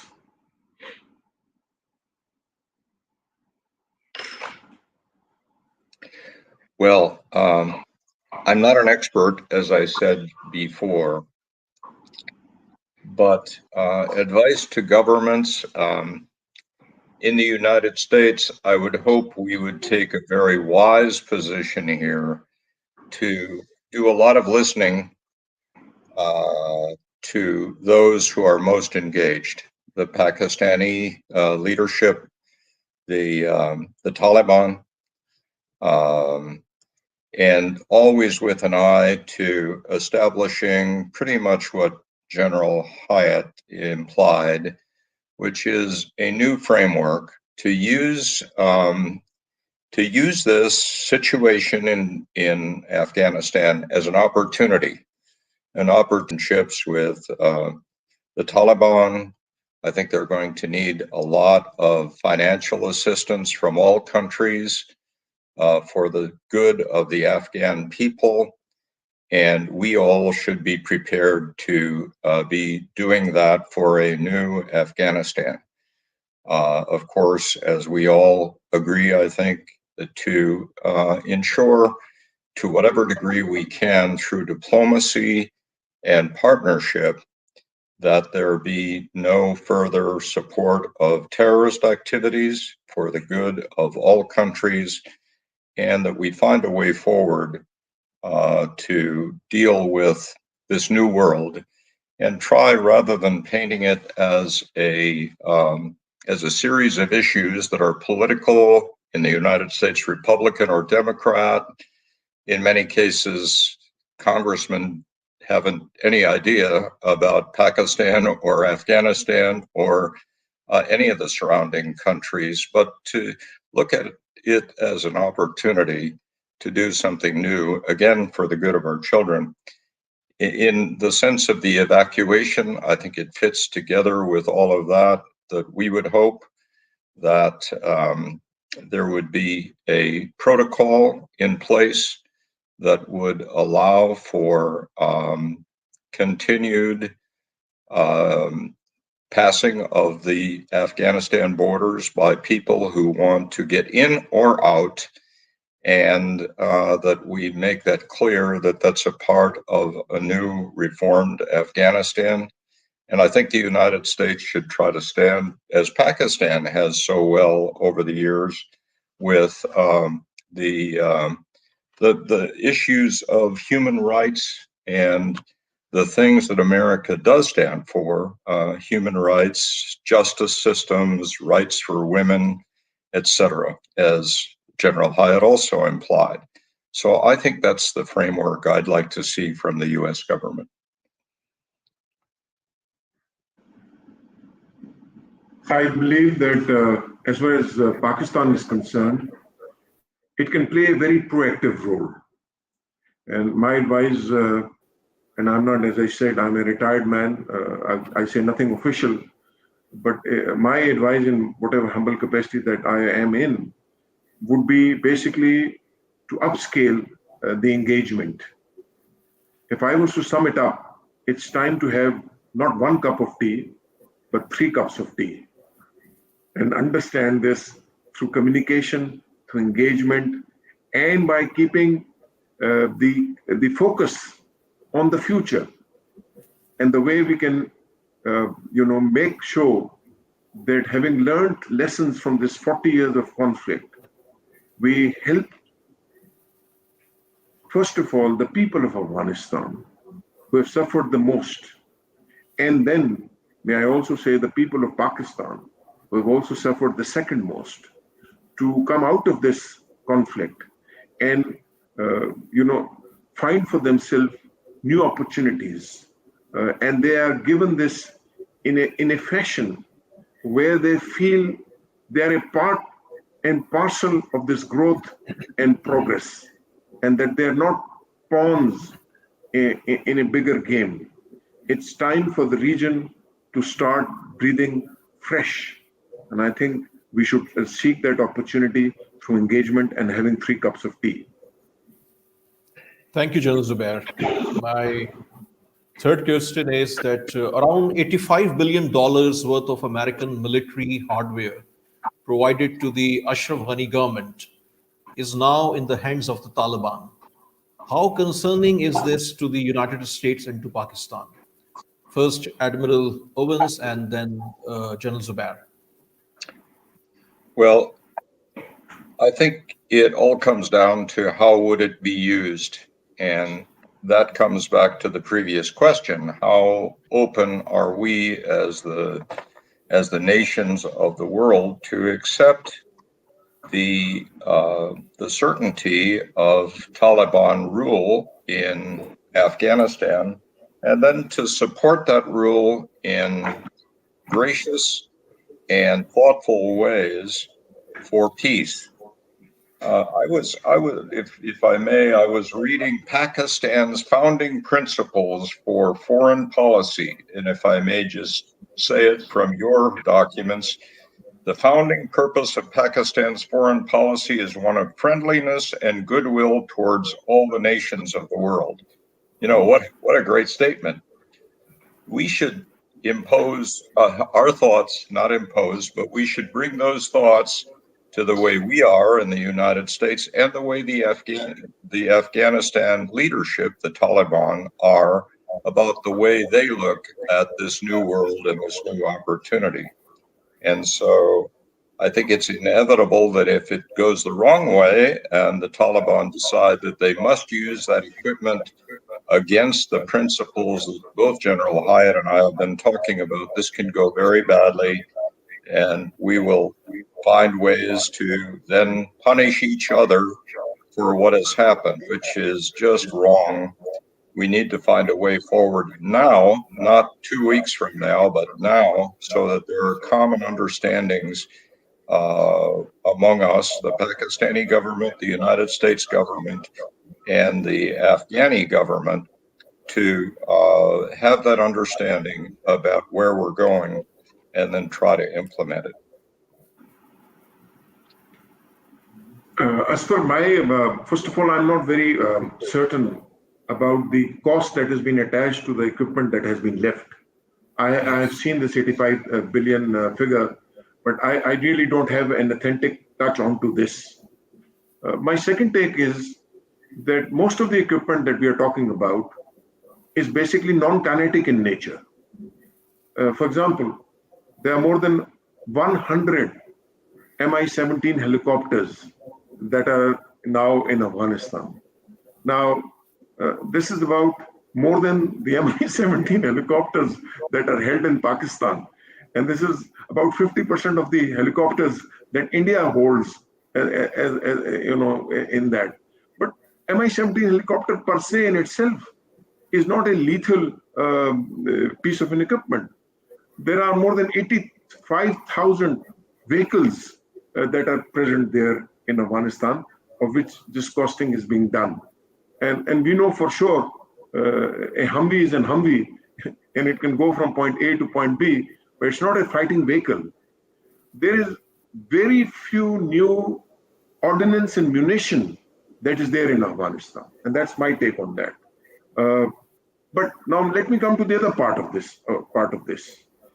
You see, any military instrument is basically a political instrument in the hand of those who yield power.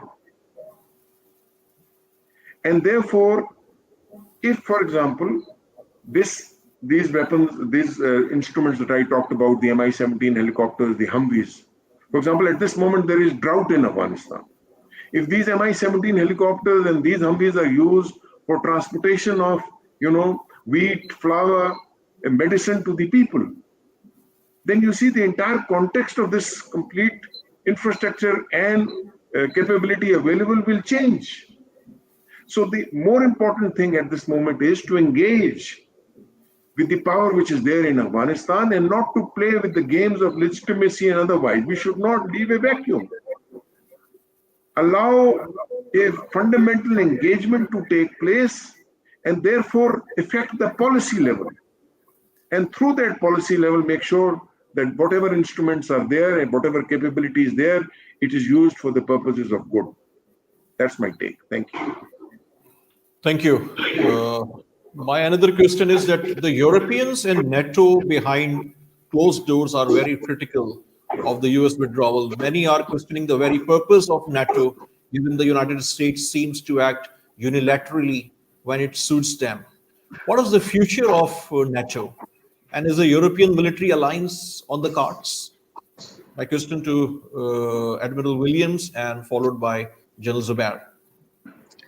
Well, I wish General Hyatt would answer that question, not me. But, many of us in the United States are very disappointed at the way this was done. You can read the American press. There's an article in The Economist this last week that properly, I think, addresses this issue in not a very favorable way to the United States. And so in the US, as you all know, probably right now, there is this Republican-Democrat battle about the words that are being used about this. I worry about that because we're not addressing the issues, the facts of it. We're just throwing words back at each other. And what is clear is that the United States has lost an element of honesty in all of this, in the way this was done. It's easy to take shots at other people, and so I won't do that. But there was a lot of information available in the United States leadership to probably have handled this a lot better with the reality of what was really going to happen with the intelligence reports that I'm sure the Pakistani military had as well. And so we didn't help the United States' reputation around the world. I think NATO will stay together, but the deficit that the United States showed in real vision and planning here certainly has repercussions that can't be denied. And I don't think NATO is going to fall apart. There will be a lot of effort to hold it together. There are other, what would be called more immediate threats than in the European countries than what seemed to be happening in Afghanistan. That's right or wrong, I don't know. But NATO will stay together. The United States, I'm sure, will try to do a lot of mending inside the alliance to keep it as strong as we can. But at the same time, a great deal has been lost. Thank you. Now, General Zubair, please. I believe that the purpose of NATO and whatever EU military alliance in future that you're talking about has very little relevance to Afghanistan per se. There are broader security constructs to which these kind of military alliances they look at. I, for one, have believed that since the demise of the Soviet Union, there could have been a different world construct to security. Because if you keep one alliance on one part, then there is a natural tendency for others to try and craft their own security architectures to balance those kind of alliances. But I think we lost that opportunity somewhere.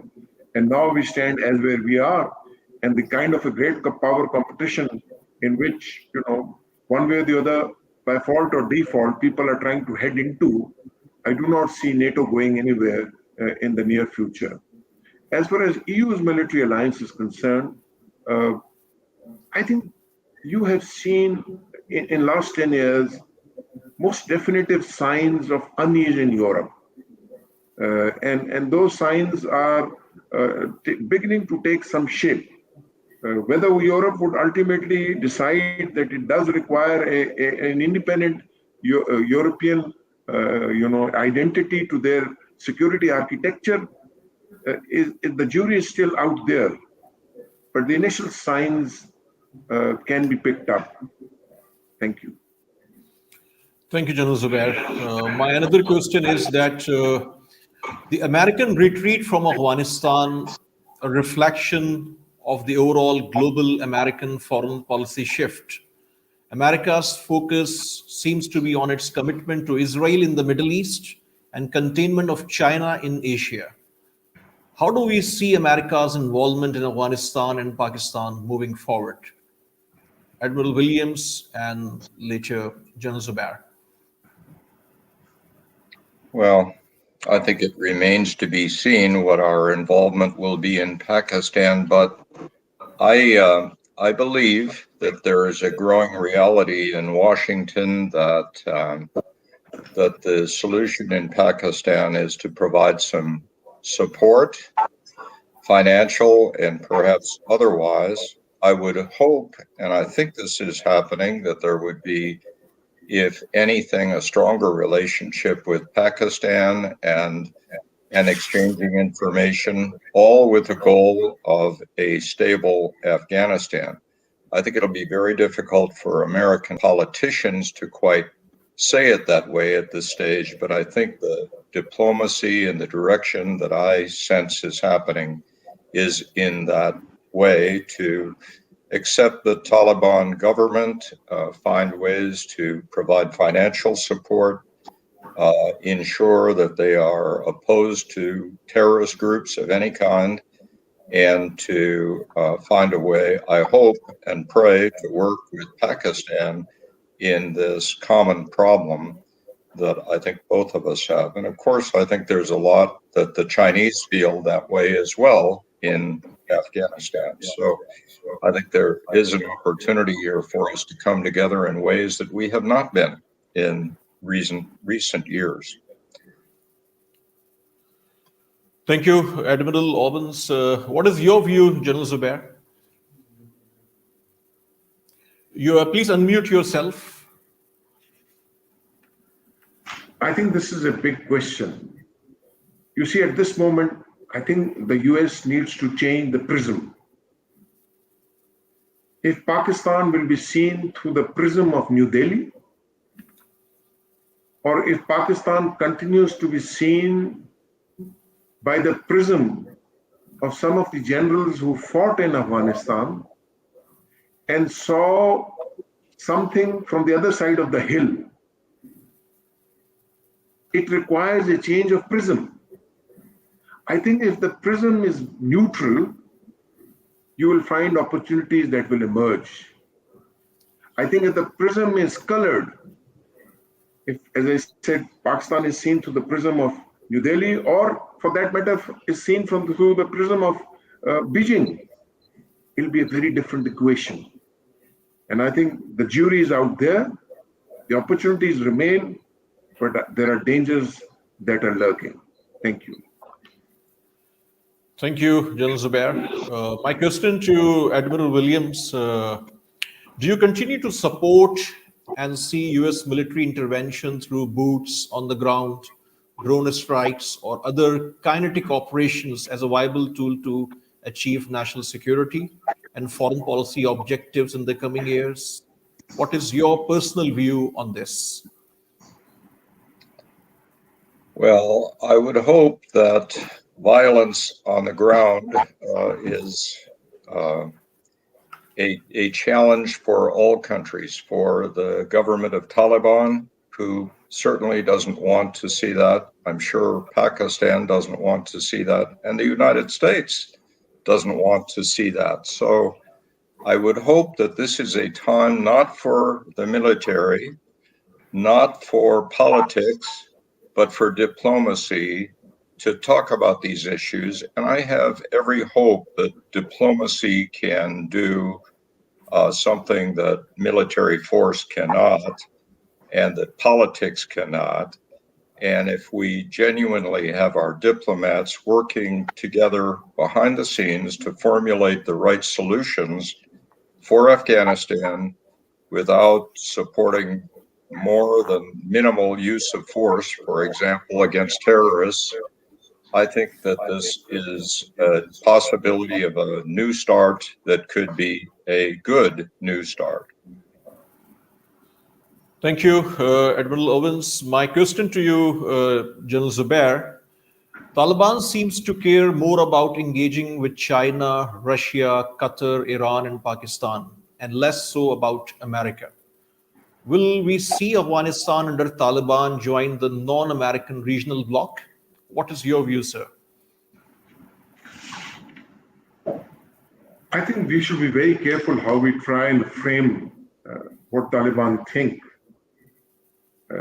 I think the Taliban have been in deep engagement with the United States for a very considerable period of time. After all, whom were the Taliban talking to politically in Doha? They were not talking to China. They were not talking to Russia. They were principally talking solely. In fact, whatever regional mechanisms were there, the regional mechanisms, there was a Russian mechanism which was going on.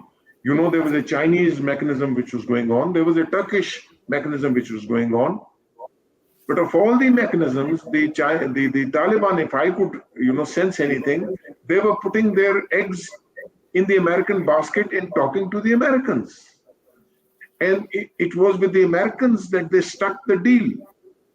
And even today, you see, when the situation is so murky, and I would never like as a soldier to be there in that kind of a murky situation, but yet you look at the coordination on ground that is occurring between the US troops and the Taliban troops on ground, it is very phenomenal. It is, I think, one of the rare examples that I have seen that when you have soldiers standing 10 yards from each other with very different worldview and philosophy, and trying to maintain peace at the same place. 2 years ago, I know for sure that there had been a strike against the ISIS in Nangarhar, where Taliban information had helped the US to actually carry out that drone strike. So I think your question is mostly based upon what's the narrative that is taking shape in some of the press that is up there. Deep down, I think, there is deep engagement at the intelligence level, at the political level. But because nobody wants to, own that up, nobody wants to show up and say, or raise his hand and say, yes, there is this engagement, because there is a political cost attached to it. Nobody is prepared to pay that political cost. And I think sooner that we come out in the open and start being more realistic and deal with the realities on the ground that it is, the more it will be better for all of us. Thank you. Thank you, General Zubair. And Admiral William, you want to say something? Well, I was just going to say I agree with General Hyatt's wise comments there. I think that's exactly right. And we need to preclude the politics from getting in the way of a good solution here. And so maybe this takes a while, but we have to say our prayers that it will go that way. And I think every indication, as he said so well, is to have us proceed that way. And I pray that will happen. So my last question to both of you, and I asked this question in the first edition of Afghanistan Conference on last Saturday, but this was actually my opening question. And I asked this question with two civilian leaders, Senator Sherry Rahman and Dr. Shiri Mazari from Pakistan. And here, two of you are military men. And this is my closing question. I want a detailed answer because this is a very academic question. What lessons can the world learn from America's war in Afghanistan? This is my concluding question. Well, if you want me to go first, Mohammed, I would say there are so many lessons of a general nature here that we should certainly document these lessons. I was in Vietnam, And it seems to me that many of the same lessons can be learned here as from Afghanistan.